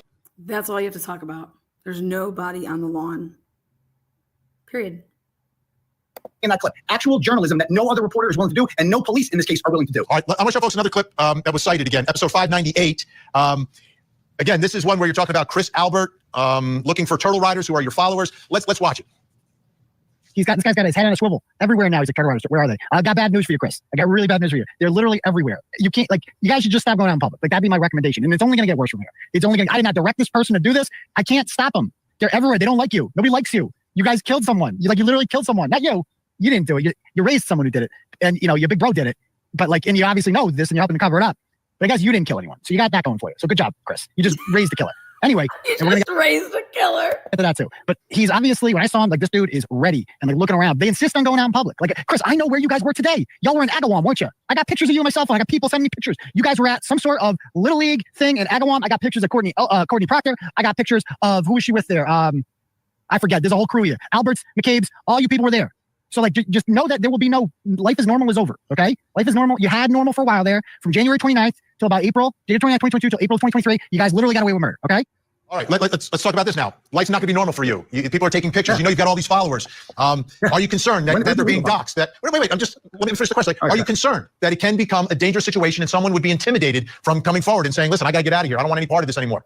Because that's what they're alleging here. Is that you're intimidating these folks to the point that they will no longer be able to be witnesses. And the concern is that the Commonwealth will not be able to either prove their case or witnesses will disappear because people are interfering. Witnesses will disappear. Wow. With justice in this case. Where was there was nothing illegal about what I just said there. I made a comment that you guys are famous. This story has blown up. When you go out, a precursor to what happened there, Chris Albert had gone out to a bar. Chris Albert is the brother of Brian Albert, whose house John O'Keefe's body was found on and was never searched by police, by the way, and he never came outside despite being a Boston police officer. And he sexually harassed 2 women, 2 turtle riders wearing free Karen Reed shirts in that bar they were at, and he got into an argument with them. And let me first say that any allegations that you make, we have not independently researched or can verify. Go ahead, continue.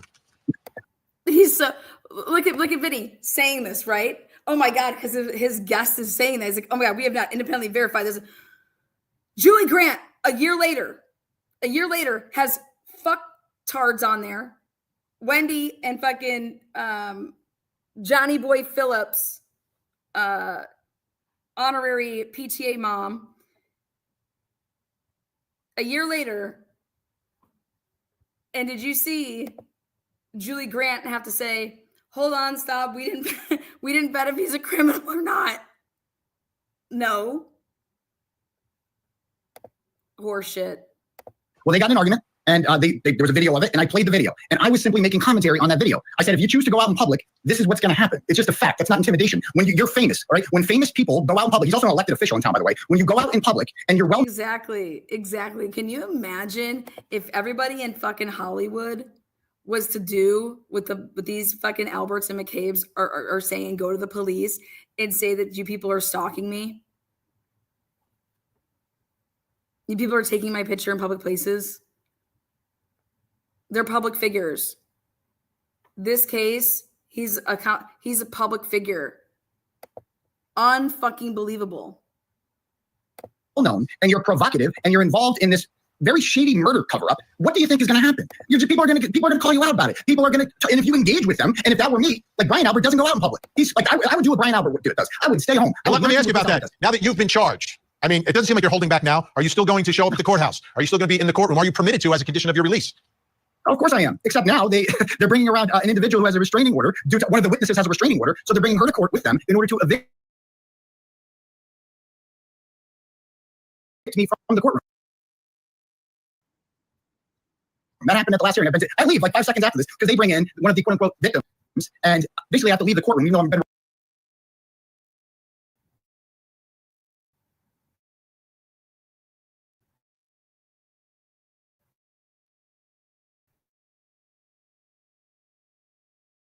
That's fine, but of course I'm going to continue to report on this story. If I have to do it remotely, I'll do it remotely.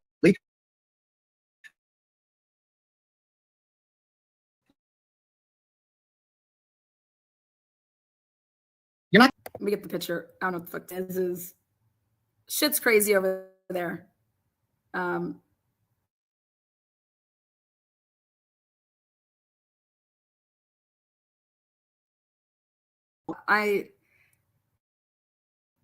like that Vinny at least attempts to give people an opportunity. Okay. And so with that said, with Richard Allen, I think he did a pretty good job of,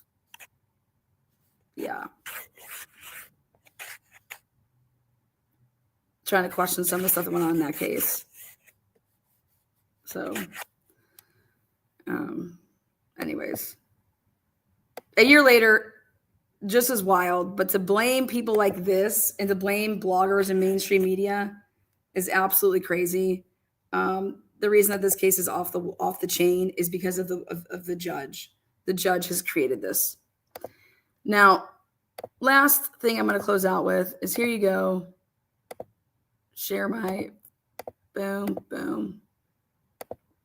This needs to be talked about, and this is the Jennifer McCabe's watch to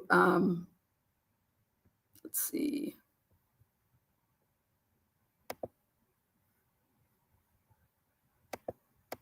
Okay.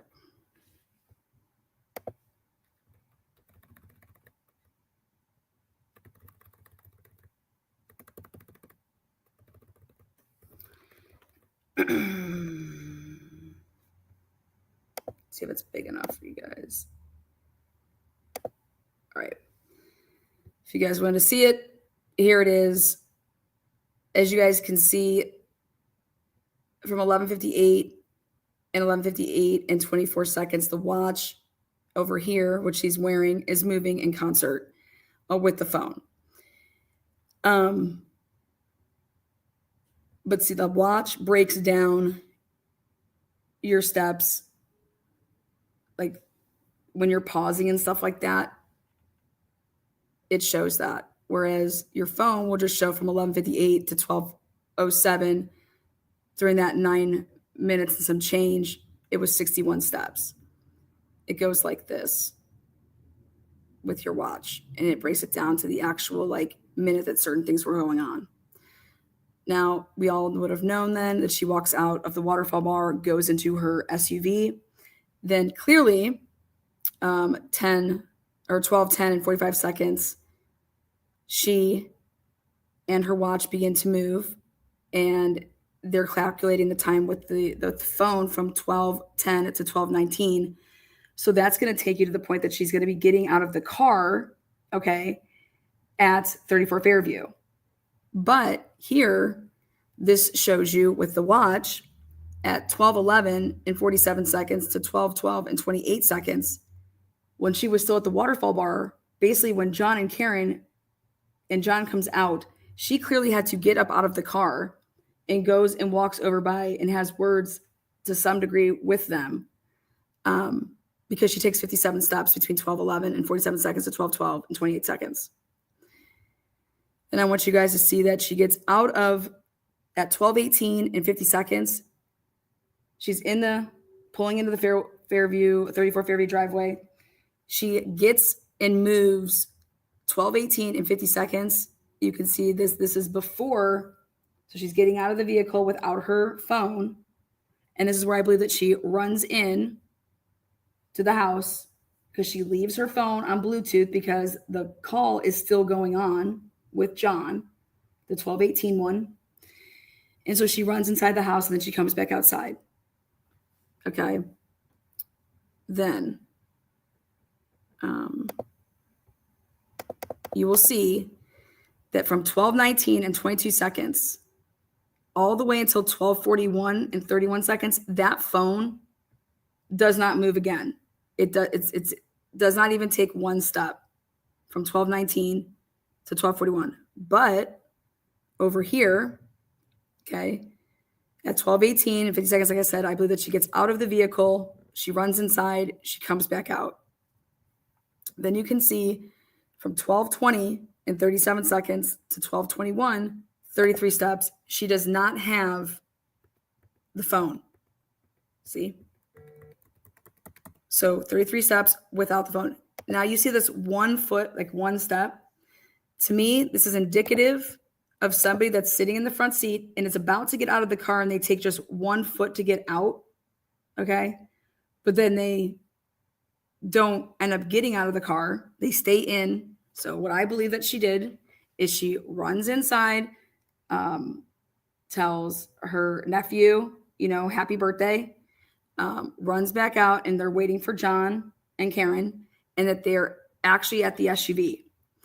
She's attempting to go get out of the vehicle and just takes one step to pull her leg out, but doesn't, and still in it.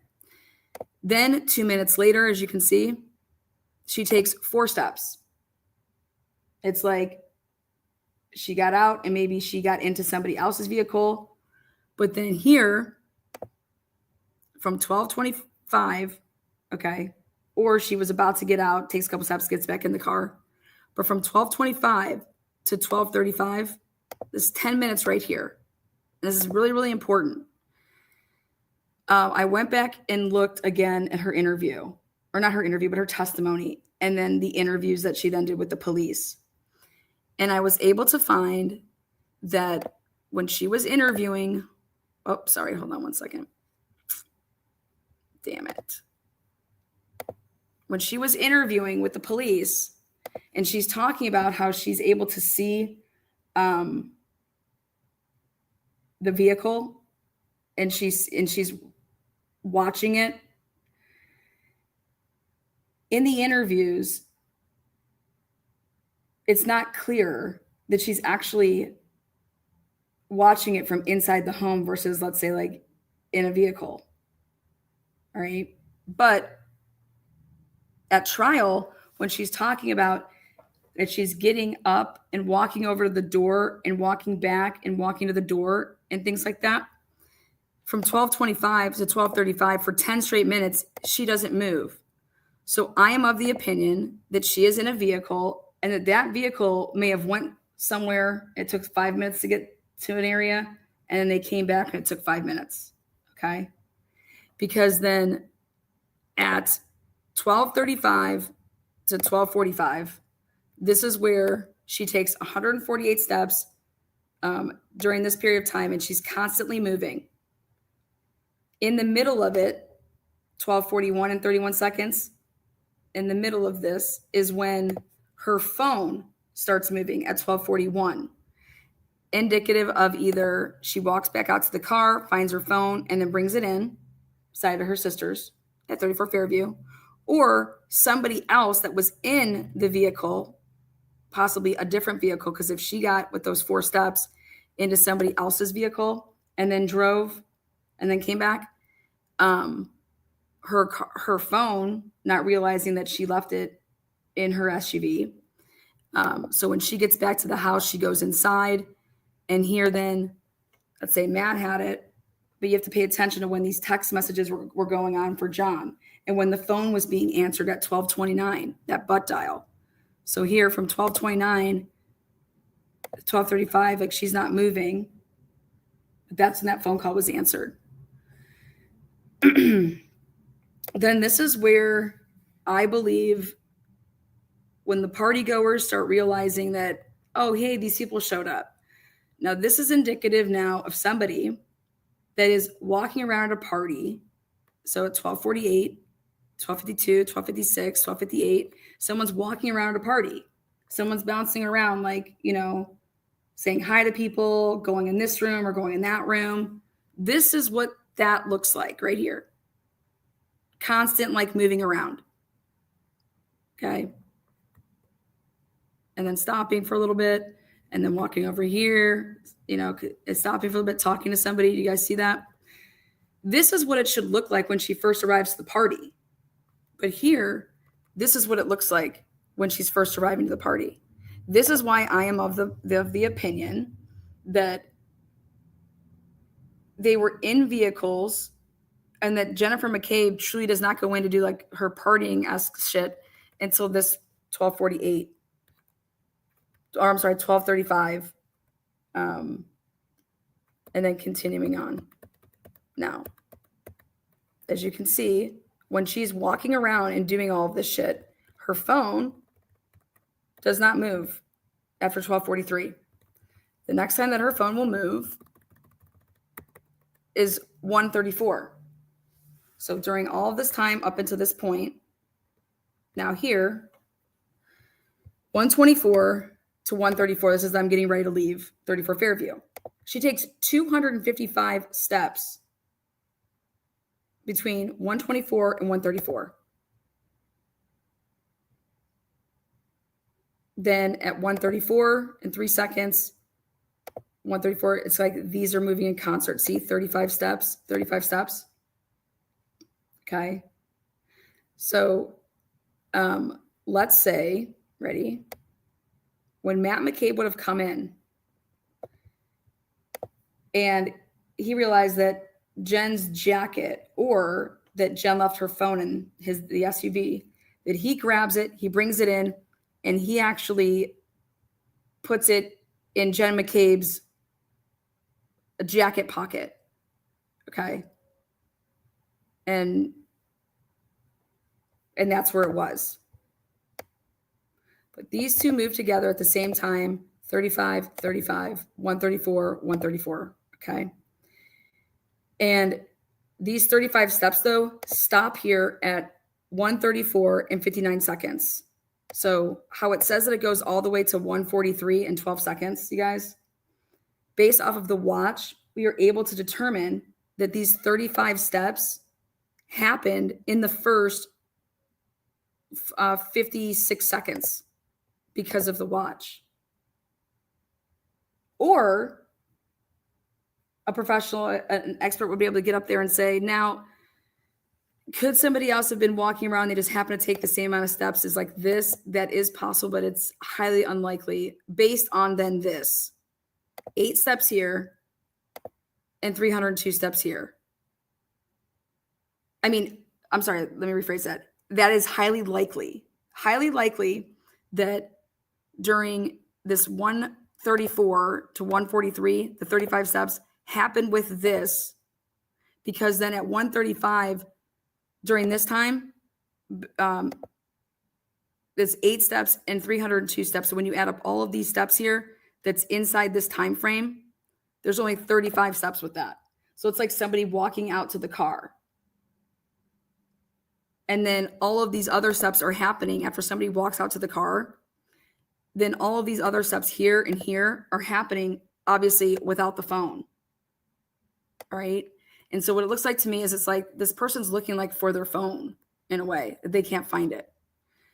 Now, she's in the car. Jen McCabe is in the car, not moving anymore at 144. Okay. She's in the SUV at 34 Fairview. Now check this out. If she's not moving and she's in the SUV at 144, when the phone then begins to move at 144 to 145 and it takes 55 steps, we know that the phone is not with Jen McCabe. That's how then I was able to go back and say, okay, see, this phone, like I've said, when you scroll back up here, It was brought in by somebody else and put somewhere, okay? And what I believe is a jacket. Then Jen's over here looking for her fucking phone to leave, all right? Not realizing that the phone, when she might have picked up her jacket to walk out, or somebody else picked it up and they're all walking out together, and then the phone goes, then I'm sorry, the phone is in the jacket. Let's say they put it in the SUV. Then somebody else clearly is moving the phone from 144 to 145, 55 seconds. And remember now, Julie Nagel or Sarah Levinson was like, hey, he went back inside to go look for his coat. Remember that whole thing? Because he forgot his jacket. And so he came out. Remember, that was the whole reason he went back inside.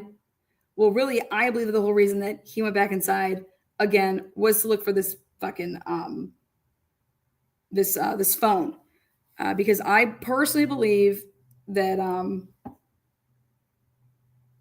Matt McCabe was trying to hide the fact of her phone because he was utilizing it and he didn't come back with John, and he was trying to tell Jen that, oh yeah, wherever those boys went and got in an SUV and left and then came back, that John, oh, I don't know, he went with so-and-so and he said he was going home or something like that. He lied to his wife. And that's why she began to blow him up and call him after that 12:41 time frame. Because she's like, wait, what do you mean? Like, something wasn't sitting well with Jen McCabe. But you can, again, make phone calls from your watch. So it's interesting that it come from the watch to come from the phone. Anyways, you slice and dice it, we get to this point, which is they are in the vehicle driving, leaving 34th Fairview, already on their way to take supposedly these people home. Here, during the middle of this drive, at 1:55 to 1:57, 16 steps is taken. That's like somebody going and getting out of a car and walking 8 steps and then walking back 8 steps. And this happens all within a 2-minute period. So in my opinion, it's like somebody pulling into John O'Keefe's driveway, getting out to see if Karen Reed's vehicle is in the garage. Okay. Seeing if her vehicle is in there or not. And then getting back in. And the person that had to have done this is Matt McCabe. Because here's Jen with her watch, and Jen does not move from 1:44 until 2:13. She is physically not moving. And no, the watch is not off. She didn't take it off her body. Okay. It's just that somebody else is moving with this phone. And it's not her. Then you can see here, they arrive at 2:13, home at their house. As you can see here, the iPhone begins to move first by a large margin of 14 seconds. Normally they're just like a second off if they're moving in concert, which tells me that the person that began to start walking was Matt to get out of the car. He starts walking first. Then Jen gets out of the vehicle 14 seconds later. Okay. And she walks 9 steps into her house during this time frame. And then she takes 41 steps during this time frame. But as you can see, these 40 steps here are done at 2:14 and 3 seconds. When she goes to take this 2:14 and 49 seconds, you can see that the phone is not moving. This is very, very important, because I believe that Matt came into the house and either took off his jacket and hung it up so that it would stop, like the phone's not moving, or he came inside the house, it was in his pocket, in his jacket, then took it out and put it like in a drawer, waiting for home tits, because I believe that Matt McCabe said, we'll just come back and get the phone tomorrow. It's got to be somewhere. We'll find it. Whatever the fuck he's telling her. I believe that Jen is drunk as fuck. And you can see here, without the phone moving, it's not moving at all. Over here, Jen is walking around the downstairs level of their house. She takes 8 steps from 12:15 and 48 seconds to 2:16. You can see all these. Then Jen McCabe's watch goes up a flight of stairs without her phone. The watch registers it during this time period. And you can see over here, there is no movement. And so this is where your one flight of stairs happens. Then after she is upstairs and stops moving, see this 2:23 and 19 seconds? See 2:23 and 20 seconds? Matt is still on the first level. He waits a little bit, then he goes to get the phone, and immediately he grabs the phone and he takes 19 steps with it from 2:13 and 19 seconds to 2:31 and 44 seconds. Because remember, with the phone, it calculates, like, it encompasses the 19 steps during that larger period. But as you can see here, we know that it cannot be Jen McCabe, because from 2:23 and 30 seconds to 2:32, you see that? She does not take any steps. 2:23 and 19 seconds to 2:31 and 40, that's when it's happening. And she is not moving. And this phone is not on the second level. This is the watch is the only device that registers going up a flight of stairs. Then the phone is not moving, but she, because I believe that Matt then goes upstairs. Oh wait, now I have to talk about this. Now, during the 2:29 and 19 seconds to 2:31 a.m., during this time period, this is the most crucial time period. This is when the Googling happens, is how long to die in the cold. How long to die in the cold happens on the first level, and when none other than Matt McCabe has it.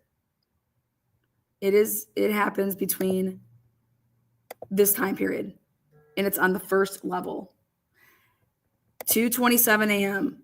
Matt McCabe is doing everything. He Googles it from her cell phone. Then Jen takes steps at 2:32 to 2:33, 22 steps. Then Jen, without the phone, 3:50 to 3:51, 24 steps.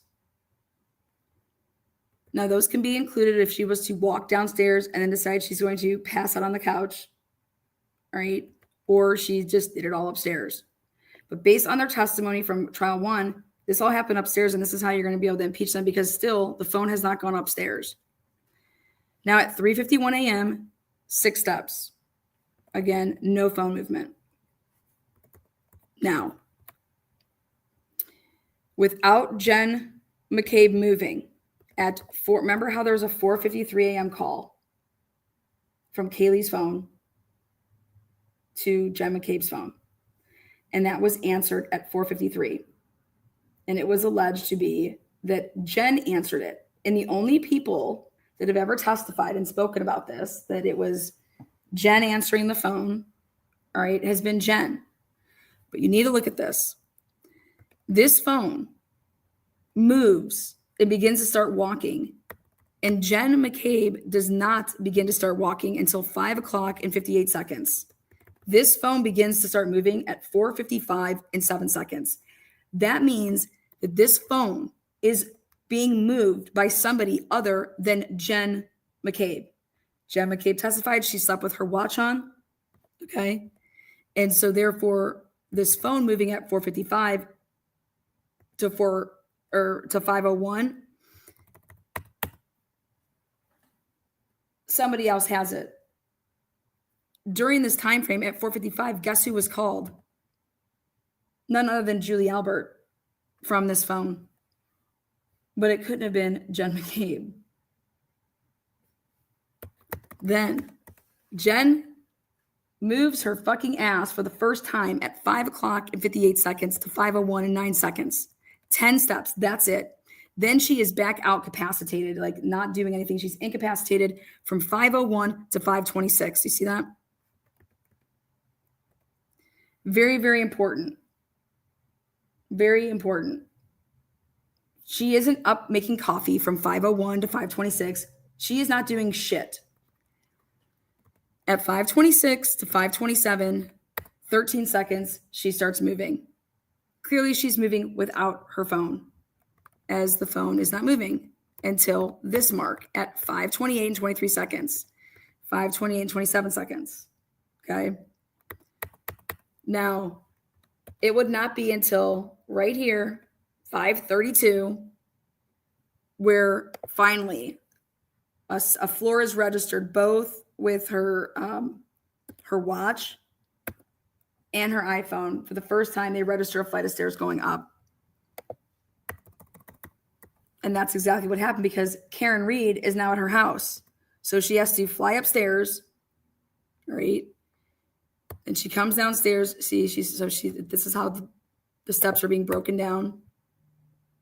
Boom, boom, boom, boom, boom. But here, 95 steps encompassing from this time to this time, because that's how the phone works. But the watch will break it down by minutes. Okay.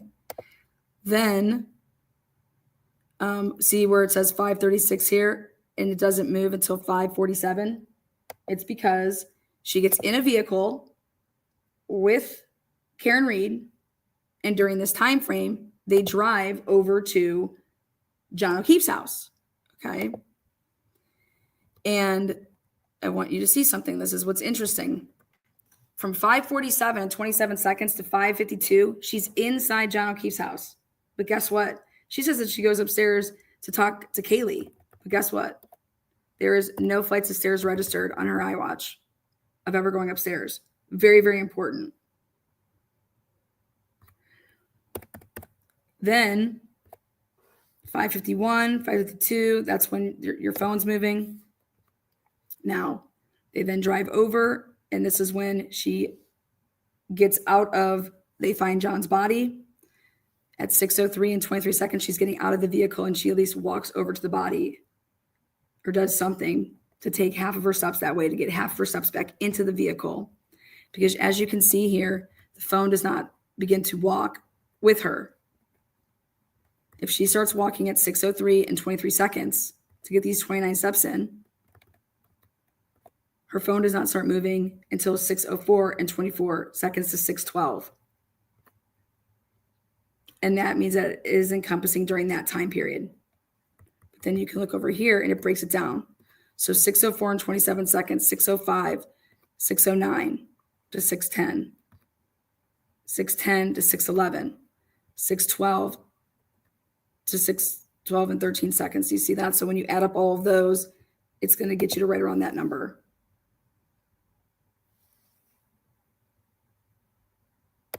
Now,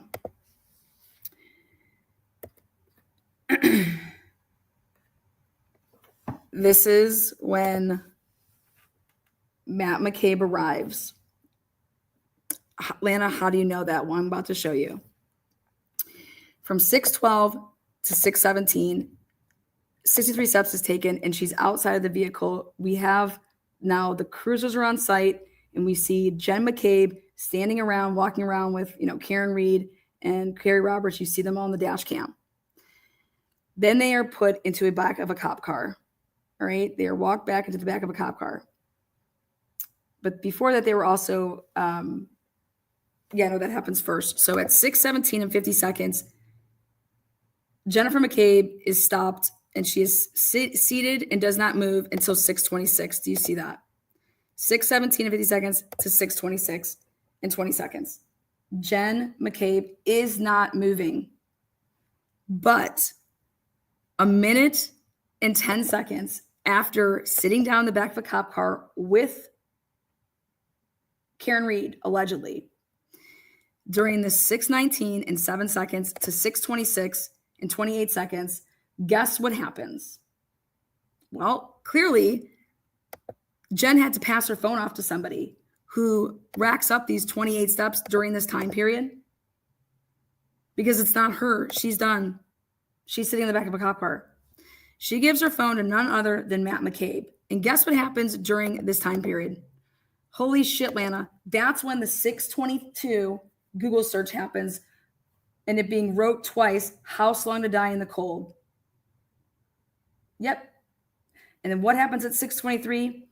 That's when the Brian Albert phone call happens to Brian Albert's cell phone. Who all made those calls? Who all did that Google search? None other than Matt McCabe, just like earlier. And he did it to try to cover the tracks of the Google search house on a die. And he knew that he was going to tell his wife that the story is that you're going to tell Karen, you're going to tell the cops that Karen Reed told you to Google how on a die in the cold.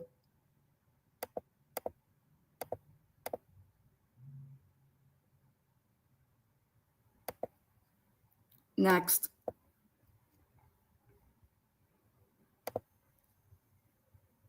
This is why Fatty fucking Maddie asked Tully to see, hey, I need to see the dash cams. Why was he so concerned with knowing when the dash cams had him there? He wanted to know if any of these dash cams, what time they showed him arriving. When was he on any of these dash cams? Okay. Now, at 6:26, now this is how I know that I am 100% accurate. 100, and like I put my life on it. 6:26 and 20 seconds. 6:26 and 56 seconds.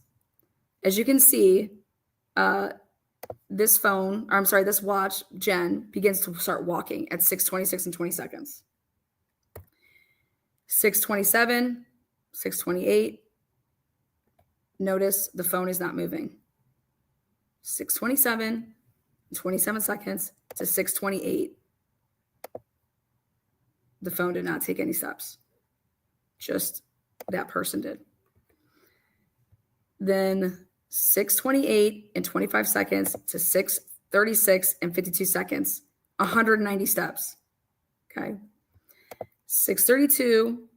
See how it starts 4 minutes later? 6:32 to 6:38. Okay. Well, guess what happens at 6?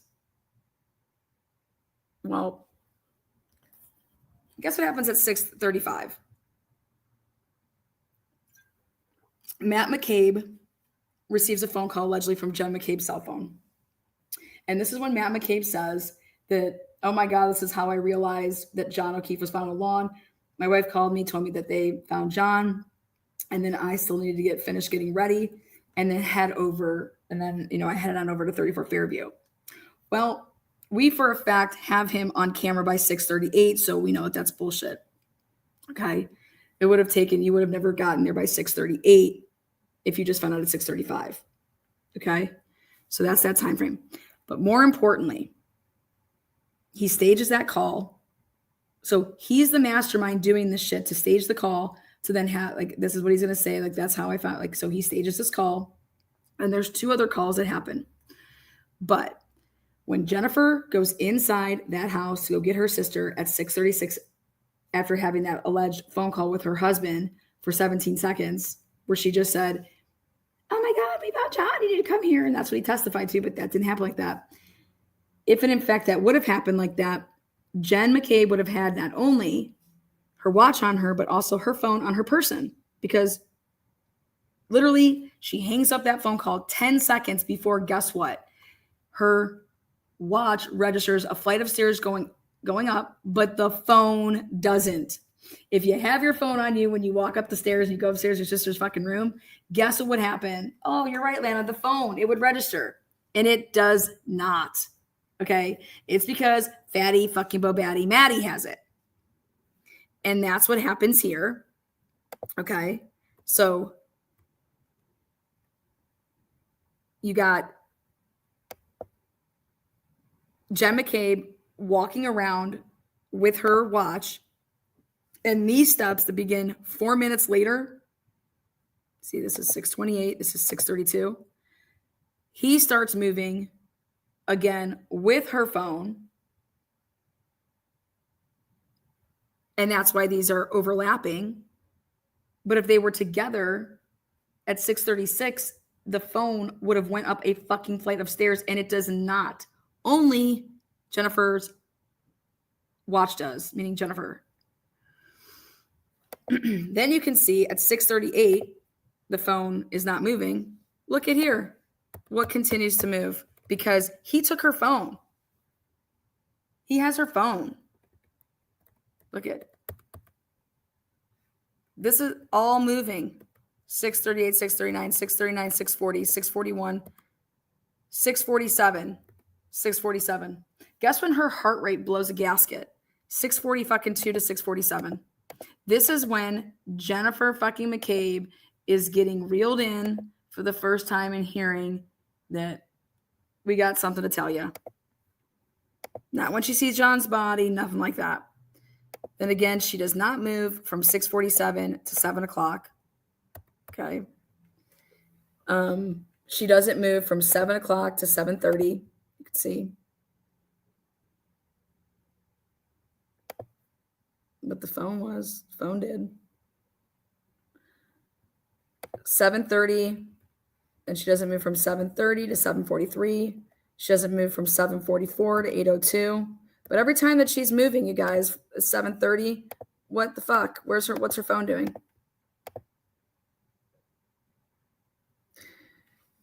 And then my next column here that I'm going to show is exactly what the phone's doing. So you guys are going to see exactly who the fuck is doing what. And this is 100% clear and convincing evidence that Jennifer McCabe is not in charge of her phone and is not utilizing her phone, but somebody else is. And that somebody else is Matt motherfucking McCabe. He is the IT guy, okay? And he knew what he did the night before because he saw and witnessed everything. He is the one that was saying in the group chat, you know, tell him the guy didn't go in the house. Like, he's barking out these fucking orders. And the one thing that nobody took the time to do is to separate the watch and the phone. And when you separate them, you can clearly see.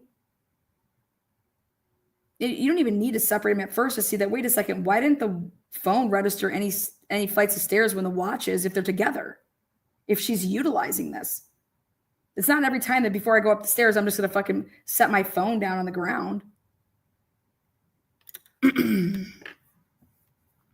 So,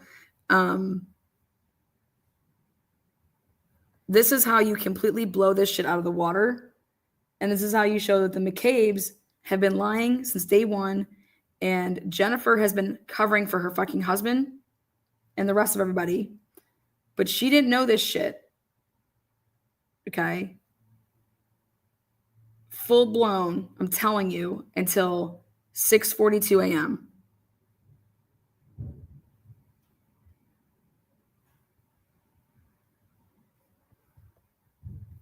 Then, like, you can clearly see, it's just, how do you explain when the phone is moving, right? And it's such at crucial times, and the watch isn't.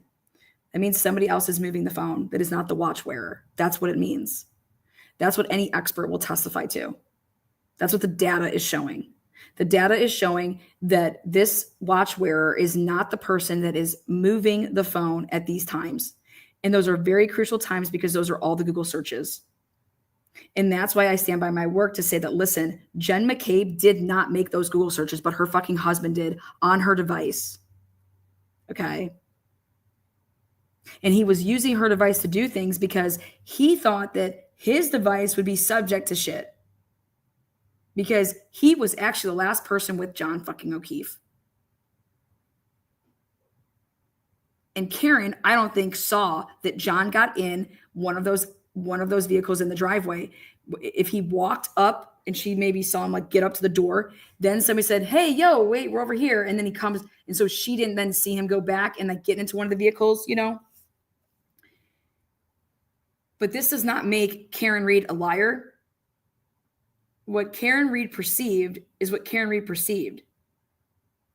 And then you're going to be able to use Nick's own words against him, that when you go up and down hills, that you can register flights of stairs.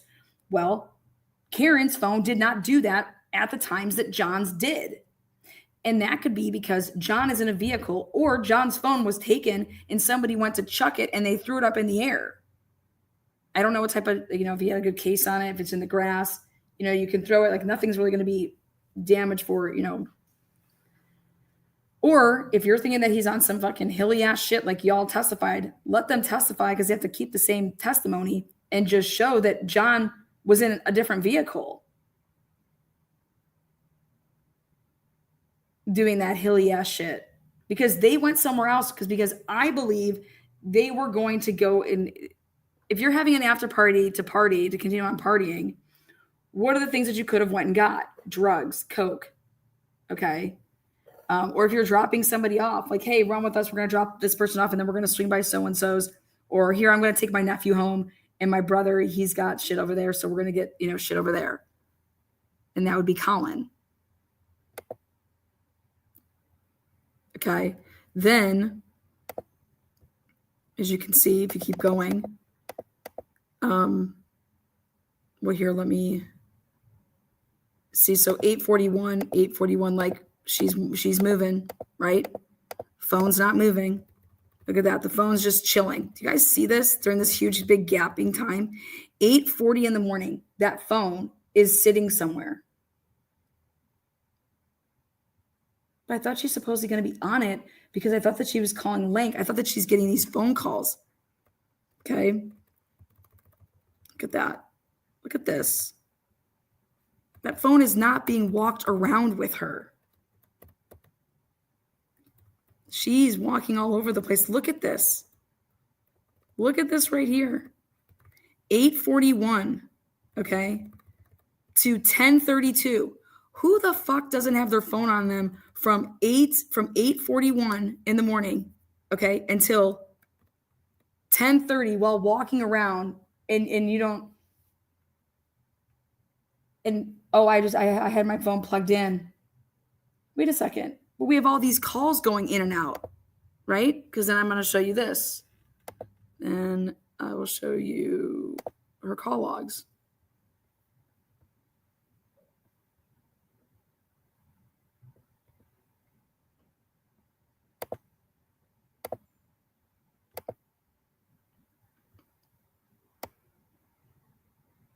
Right here. 7:30, 7:49, 8:38, 8:46, 8:50, 8:59, 8:59, 9:50. Okay. This is out of order. 9:33. Because stuff was deleted. 9:37, 10:40. This whole time, the only person, okay, that everybody's always just accepted as fact. Oh, sorry. I thought that that's shared. Hold on. Let me show this. It's been Jen's word. Look at this. I want you to look at these times. Nobody wants to talk about this. Incoming call. The Canton Police Department called Jennifer McCabe's phone at 8:38 first. Okay. Then they called Michael Lank at 9 o'clock. Why was the Canton Police Department calling, what's her name, Jen McCabe at 8:38? Then they had to get in front of something. And they called Lank, and I just believe that they called Lank from her phone so that it wouldn't be on other people's phones. Okay. But all these calls right here, 8:59, 9:50, 9:33, 9:37. However, these phone calls were being made, and I believe that somebody was in an SUV, and that's where the phone was. The phone was in the SUV, okay? And it looks like Jen is walking around, coming back from outside to inside, outside to inside, outside to inside, but her phone is remaining in the SUV on that day when they want to act like they've been.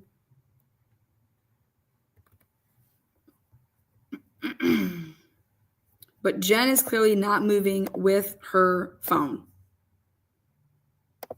And you're going to have to explain that. I think it's really, really important that she would be walking all over 8:41, 15 steps, 8:46, 8, 8:48. Then I'm going to show you guys why would someone take one step? Because like I said, they were about to get out of the car but they didn't. Okay. And look at down here. Then she gets to her house at 10, whatever time. I think she walks to the car, gets in the car, walks to the car, gets in the car, and you could see, like 10:57 to 11:11. I think her watch dies Okay. And that's why then there's no more. But what you can then see is that the phone is taking all these steps and the watch isn't.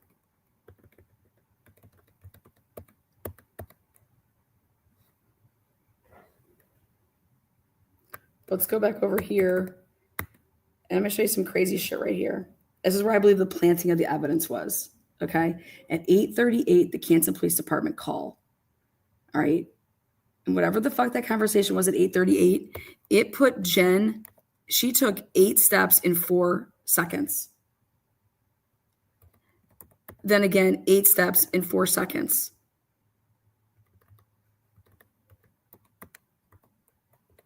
She sprinted to tell somebody something.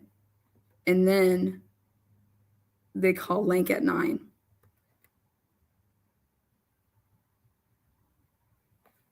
And look at when he arrived. See how she, like, there's only like 1 step there at 9:09. If he was called at 9, let's say he arrives at 9. If like she just took 1 step out of like the SUV to like wave him down, and then did Lank and them really get into like the SUV? Because then she doesn't take another step from 9:09 to 9:23. And look at the phone's not moving at all. They were out here planting evidence, in my personal opinion.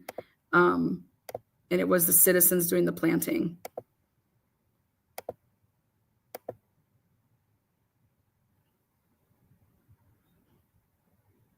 But I've tried to get this to the defense. I said, this is how you can impeach everything. People are forgetting about the Canton call first. She didn't just call Mike Lank at 9 o'clock. Canton called them at 8:38. And the question is they need to ask who called Jen at 8:38 and what was the call for? That needs to come out in trial too. That's what I'm waiting for. Okay, you're at the 2 most crucial times of this case, the Google searches at 2:27 and then at 6:22. Jennifer McCabe is not using the phone. During this time, it's still on the first level. She's upstairs. Okay. Her watch registers a flight of stairs. The phone does not. The phone does not register a flight of stairs until 5:32, when it goes at the same time as the watch at 5:32. So, and what happens during this time frame? The Google search house on a diet 2:27. Matt McCabe makes it. Matt McCabe has the knowledge of where John is or where they're going to put John, and that he's in the cold. And which is even more sinister, that then he used his wife's phone to look that up, to hide the fact. This is how they need to go at it in trial 2. If they don't, Karen Reed, you have ineffective assistance of counsel. I do not give a fuck what anybody says. This is how you would do that. Okay? You would show through your expert that the person that was utilizing this phone was on the first level, and the person that had the watch had already gone upstairs. And that clearly the watch where, like she said, she already testified to it. She wore her watch to bed that night. She did not take it off. She testified that she does sleep in her watch sometimes. You got to pin these people down to their lies beforehand and show that it's not possible now.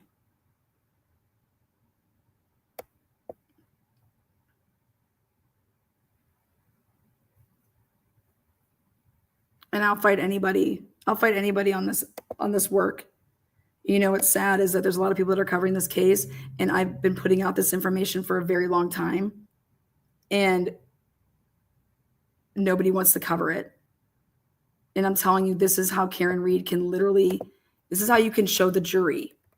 The jury will be able to follow this. The jury will be able to get it. You have a watch on. You have your phone. When the watch is moving and the phone is not, that means the phone cannot be on you. Okay? When the phone is moving and the watch isn't, that means that the person that's wearing the watch isn't fucking moving the phone. Nobody is going to be like, I'm so confused. When the watch goes upstairs and the phone does not register a flight of stairs at the same time, that means that the phone and the watch aren't together. That is not confusing. And then when you show that these Google searches happened When the phone was moving and the watch wasn't, that means somebody else fucking had the phone than the watch wearer. And the only other person that could be is motherfucking Matt McCabe at his house. Or his daughter, or their daughters. Which doesn't make any sense, right? Right. And that's how I rest my case. That's, you want to show this jury that the citizens are the ones that framed Karen Reed. Okay. And then they lied to the cops who were their friends. And the cops, if you don't even want to use the word covered up or whatever, or if you want to use the word covered up, the cops just didn't go the extra mile to obtain these people's devices. You get these people's devices and it's over. Matt McCabe's device will prove everything that I'm saying here. Matt McCabe should have been listed as a third party in addition to Higgins and fucking Brian Albert. It should have never been Colin. And it's because of this evidence here.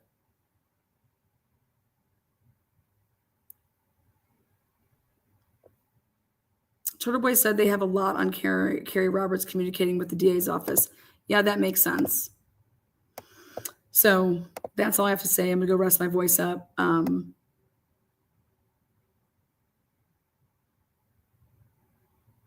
This is how you go at it.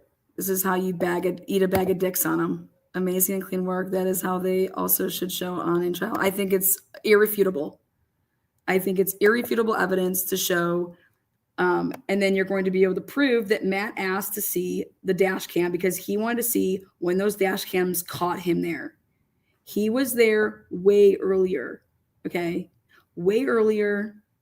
And the reason that he wasn't caught with his vehicle is because he parked behind the cops and then his car wasn't moved to go then drive around the other way like he says he did.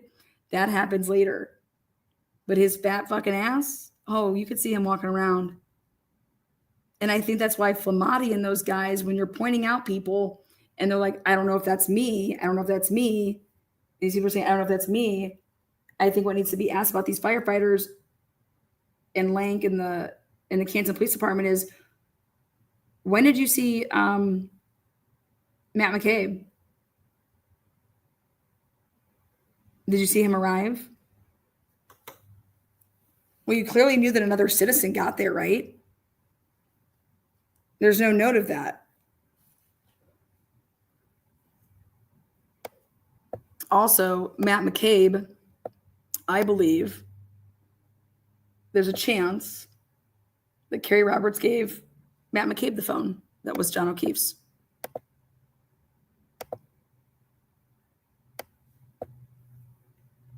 So,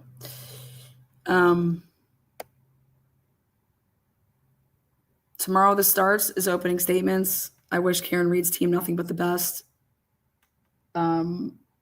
I wish John O'Keefe's family nothing but the truth. I believe that Karen Reed's going to be found innocent. She's going to be acquitted. But the only reason that this will be a charade is because of Bev. Nobody else made this a circus. Beverly Canone, this is her courtroom. You cannot take that away from her. She's responsible for what happens in that courtroom. We are going to be playing Bevs on Bev's bingo. We are going to be shaking our fucking money makers over here. Okay. What I mean by that is that we are kicking off the bingo. You have a chance to win round the clock. You got to download Cash App, and it's $5 goes out. We'll have special games at different times that are worth more or worth swag. Any other questions about Bev's bingo before we peace out? I'll be live tomorrow, kicking it off early just to go over that type of stuff. So I'll be going live at like 8:15.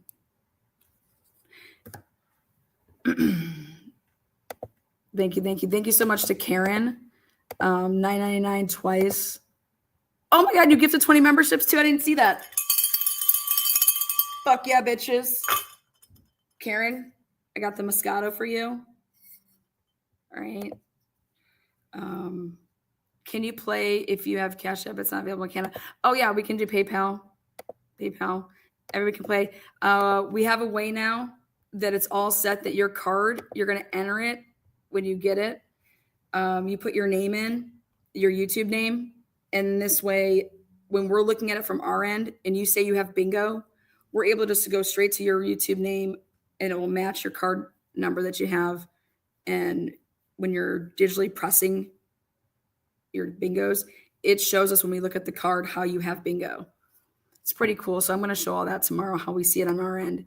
And it handles it all ourselves. Murky and the rest of the mods, they do a pretty good job of letting everybody know what words are said and where do we find the bingo cards.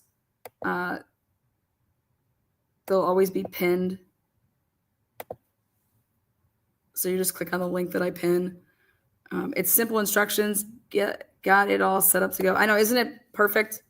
Murky and Bella did a great job with this over the past couple days. We tweaked it to a science. It's pretty sweet. So this way, if you want to be watching and you want it to be more, eventful during the, more boring times of the trial, the bingo will keep us entertained. Also, oopsies. Also, I'll be doing a big thing with this channel with last trial. I have all the notes that I took from trial 1. So I will be previewing what you can expect to hear from each of the witnesses that are scheduled to go based off what they testified to last time. And then immediately we'll be highlighting when it is at all different from trial 1 to trial 2. I will be putting out an alert that'll go underneath the screen saying perjury alert, just like upset in like football or basketball, like upset alert. So I'll be putting on perjury alerts when this shit happens based on trial 1's testimony to then what they just said in trial 2 at that time. And we'll be alerting everybody of that perjury alert. So, we're just tailgating for the truth over here.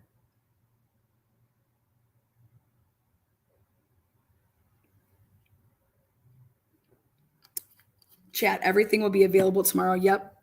You just come right in and we will have it pinned and you just click on it.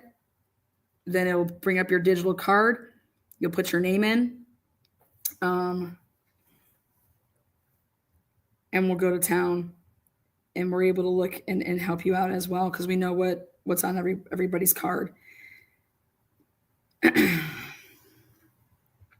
So was there any questions that I was missing? I'm trying to answer when I see them.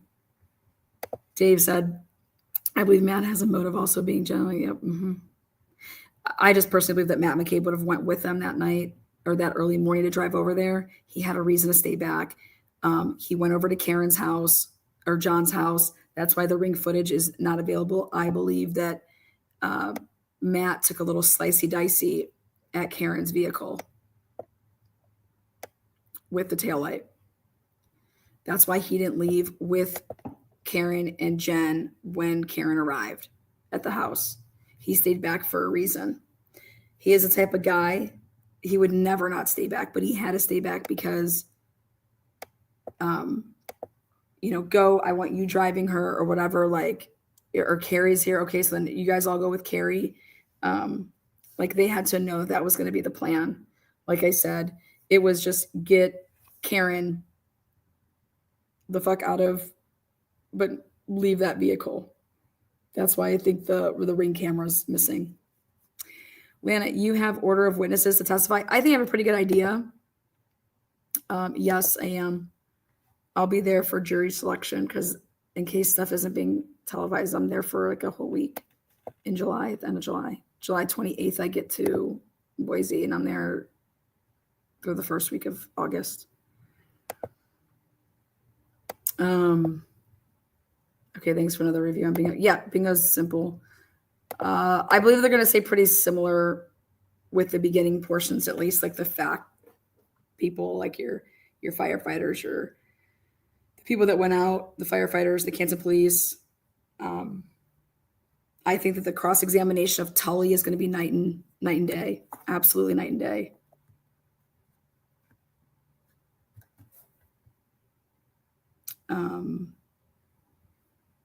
What else? Any other questions?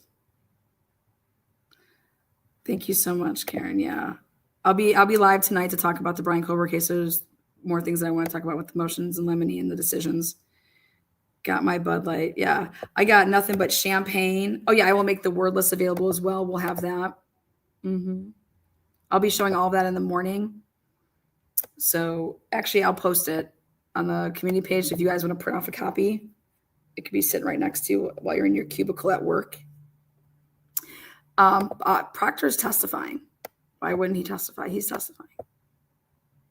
He's testifying. Even better, it would be pinned. Yes. And then we just ask you guys you guys can have a different card every day, but once you pick your card, you're not going to roll with 10 cards. So, and we can tell. We created a science over here. JC, the music man, says, can't wait to see if Hank is capable of not coming across as a complete douche. I think it's just a completely different role.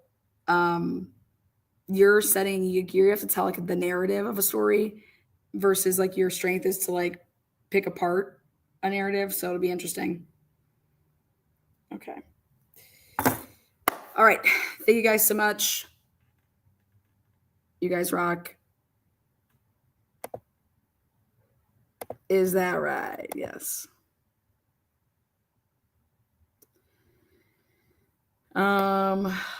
I think the biggest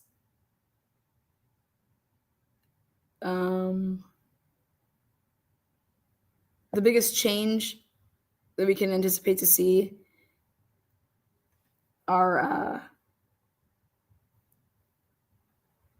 is the whole reasonable doubt angle through the lack of the Commonwealth having any clue where their victim is from 12:30 to 6 o'clock in the morning. So does AJ keep his beard? I hope so. Tomorrow morning, shit is motherfucking going down in Canton. Well, that betting on the opening and closing, so we'll be keeping track. Total number of objections during opening statements. Total number of times Brennan says the word defendant in opening, and total number of times defense says Proctor in opening. We will have the sidebar counting beginning. And the clock, and Bev will be on the clock for the over and under on the 9:12 start time. How many days will trial start after 9:12 a.m.? So, all right. It'll be interesting. I'm a smother. All right, guys, take care. Until next time, I'll see you guys in the morning for Karen Reed. Shake it. Thank you so much, Karen. It's here. 2.0 is here, finally. Julie Grant, you suck. Wendy, I cannot believe that you birthed Grant, but it makes so much sense. Take care, guys. See you on the flip side.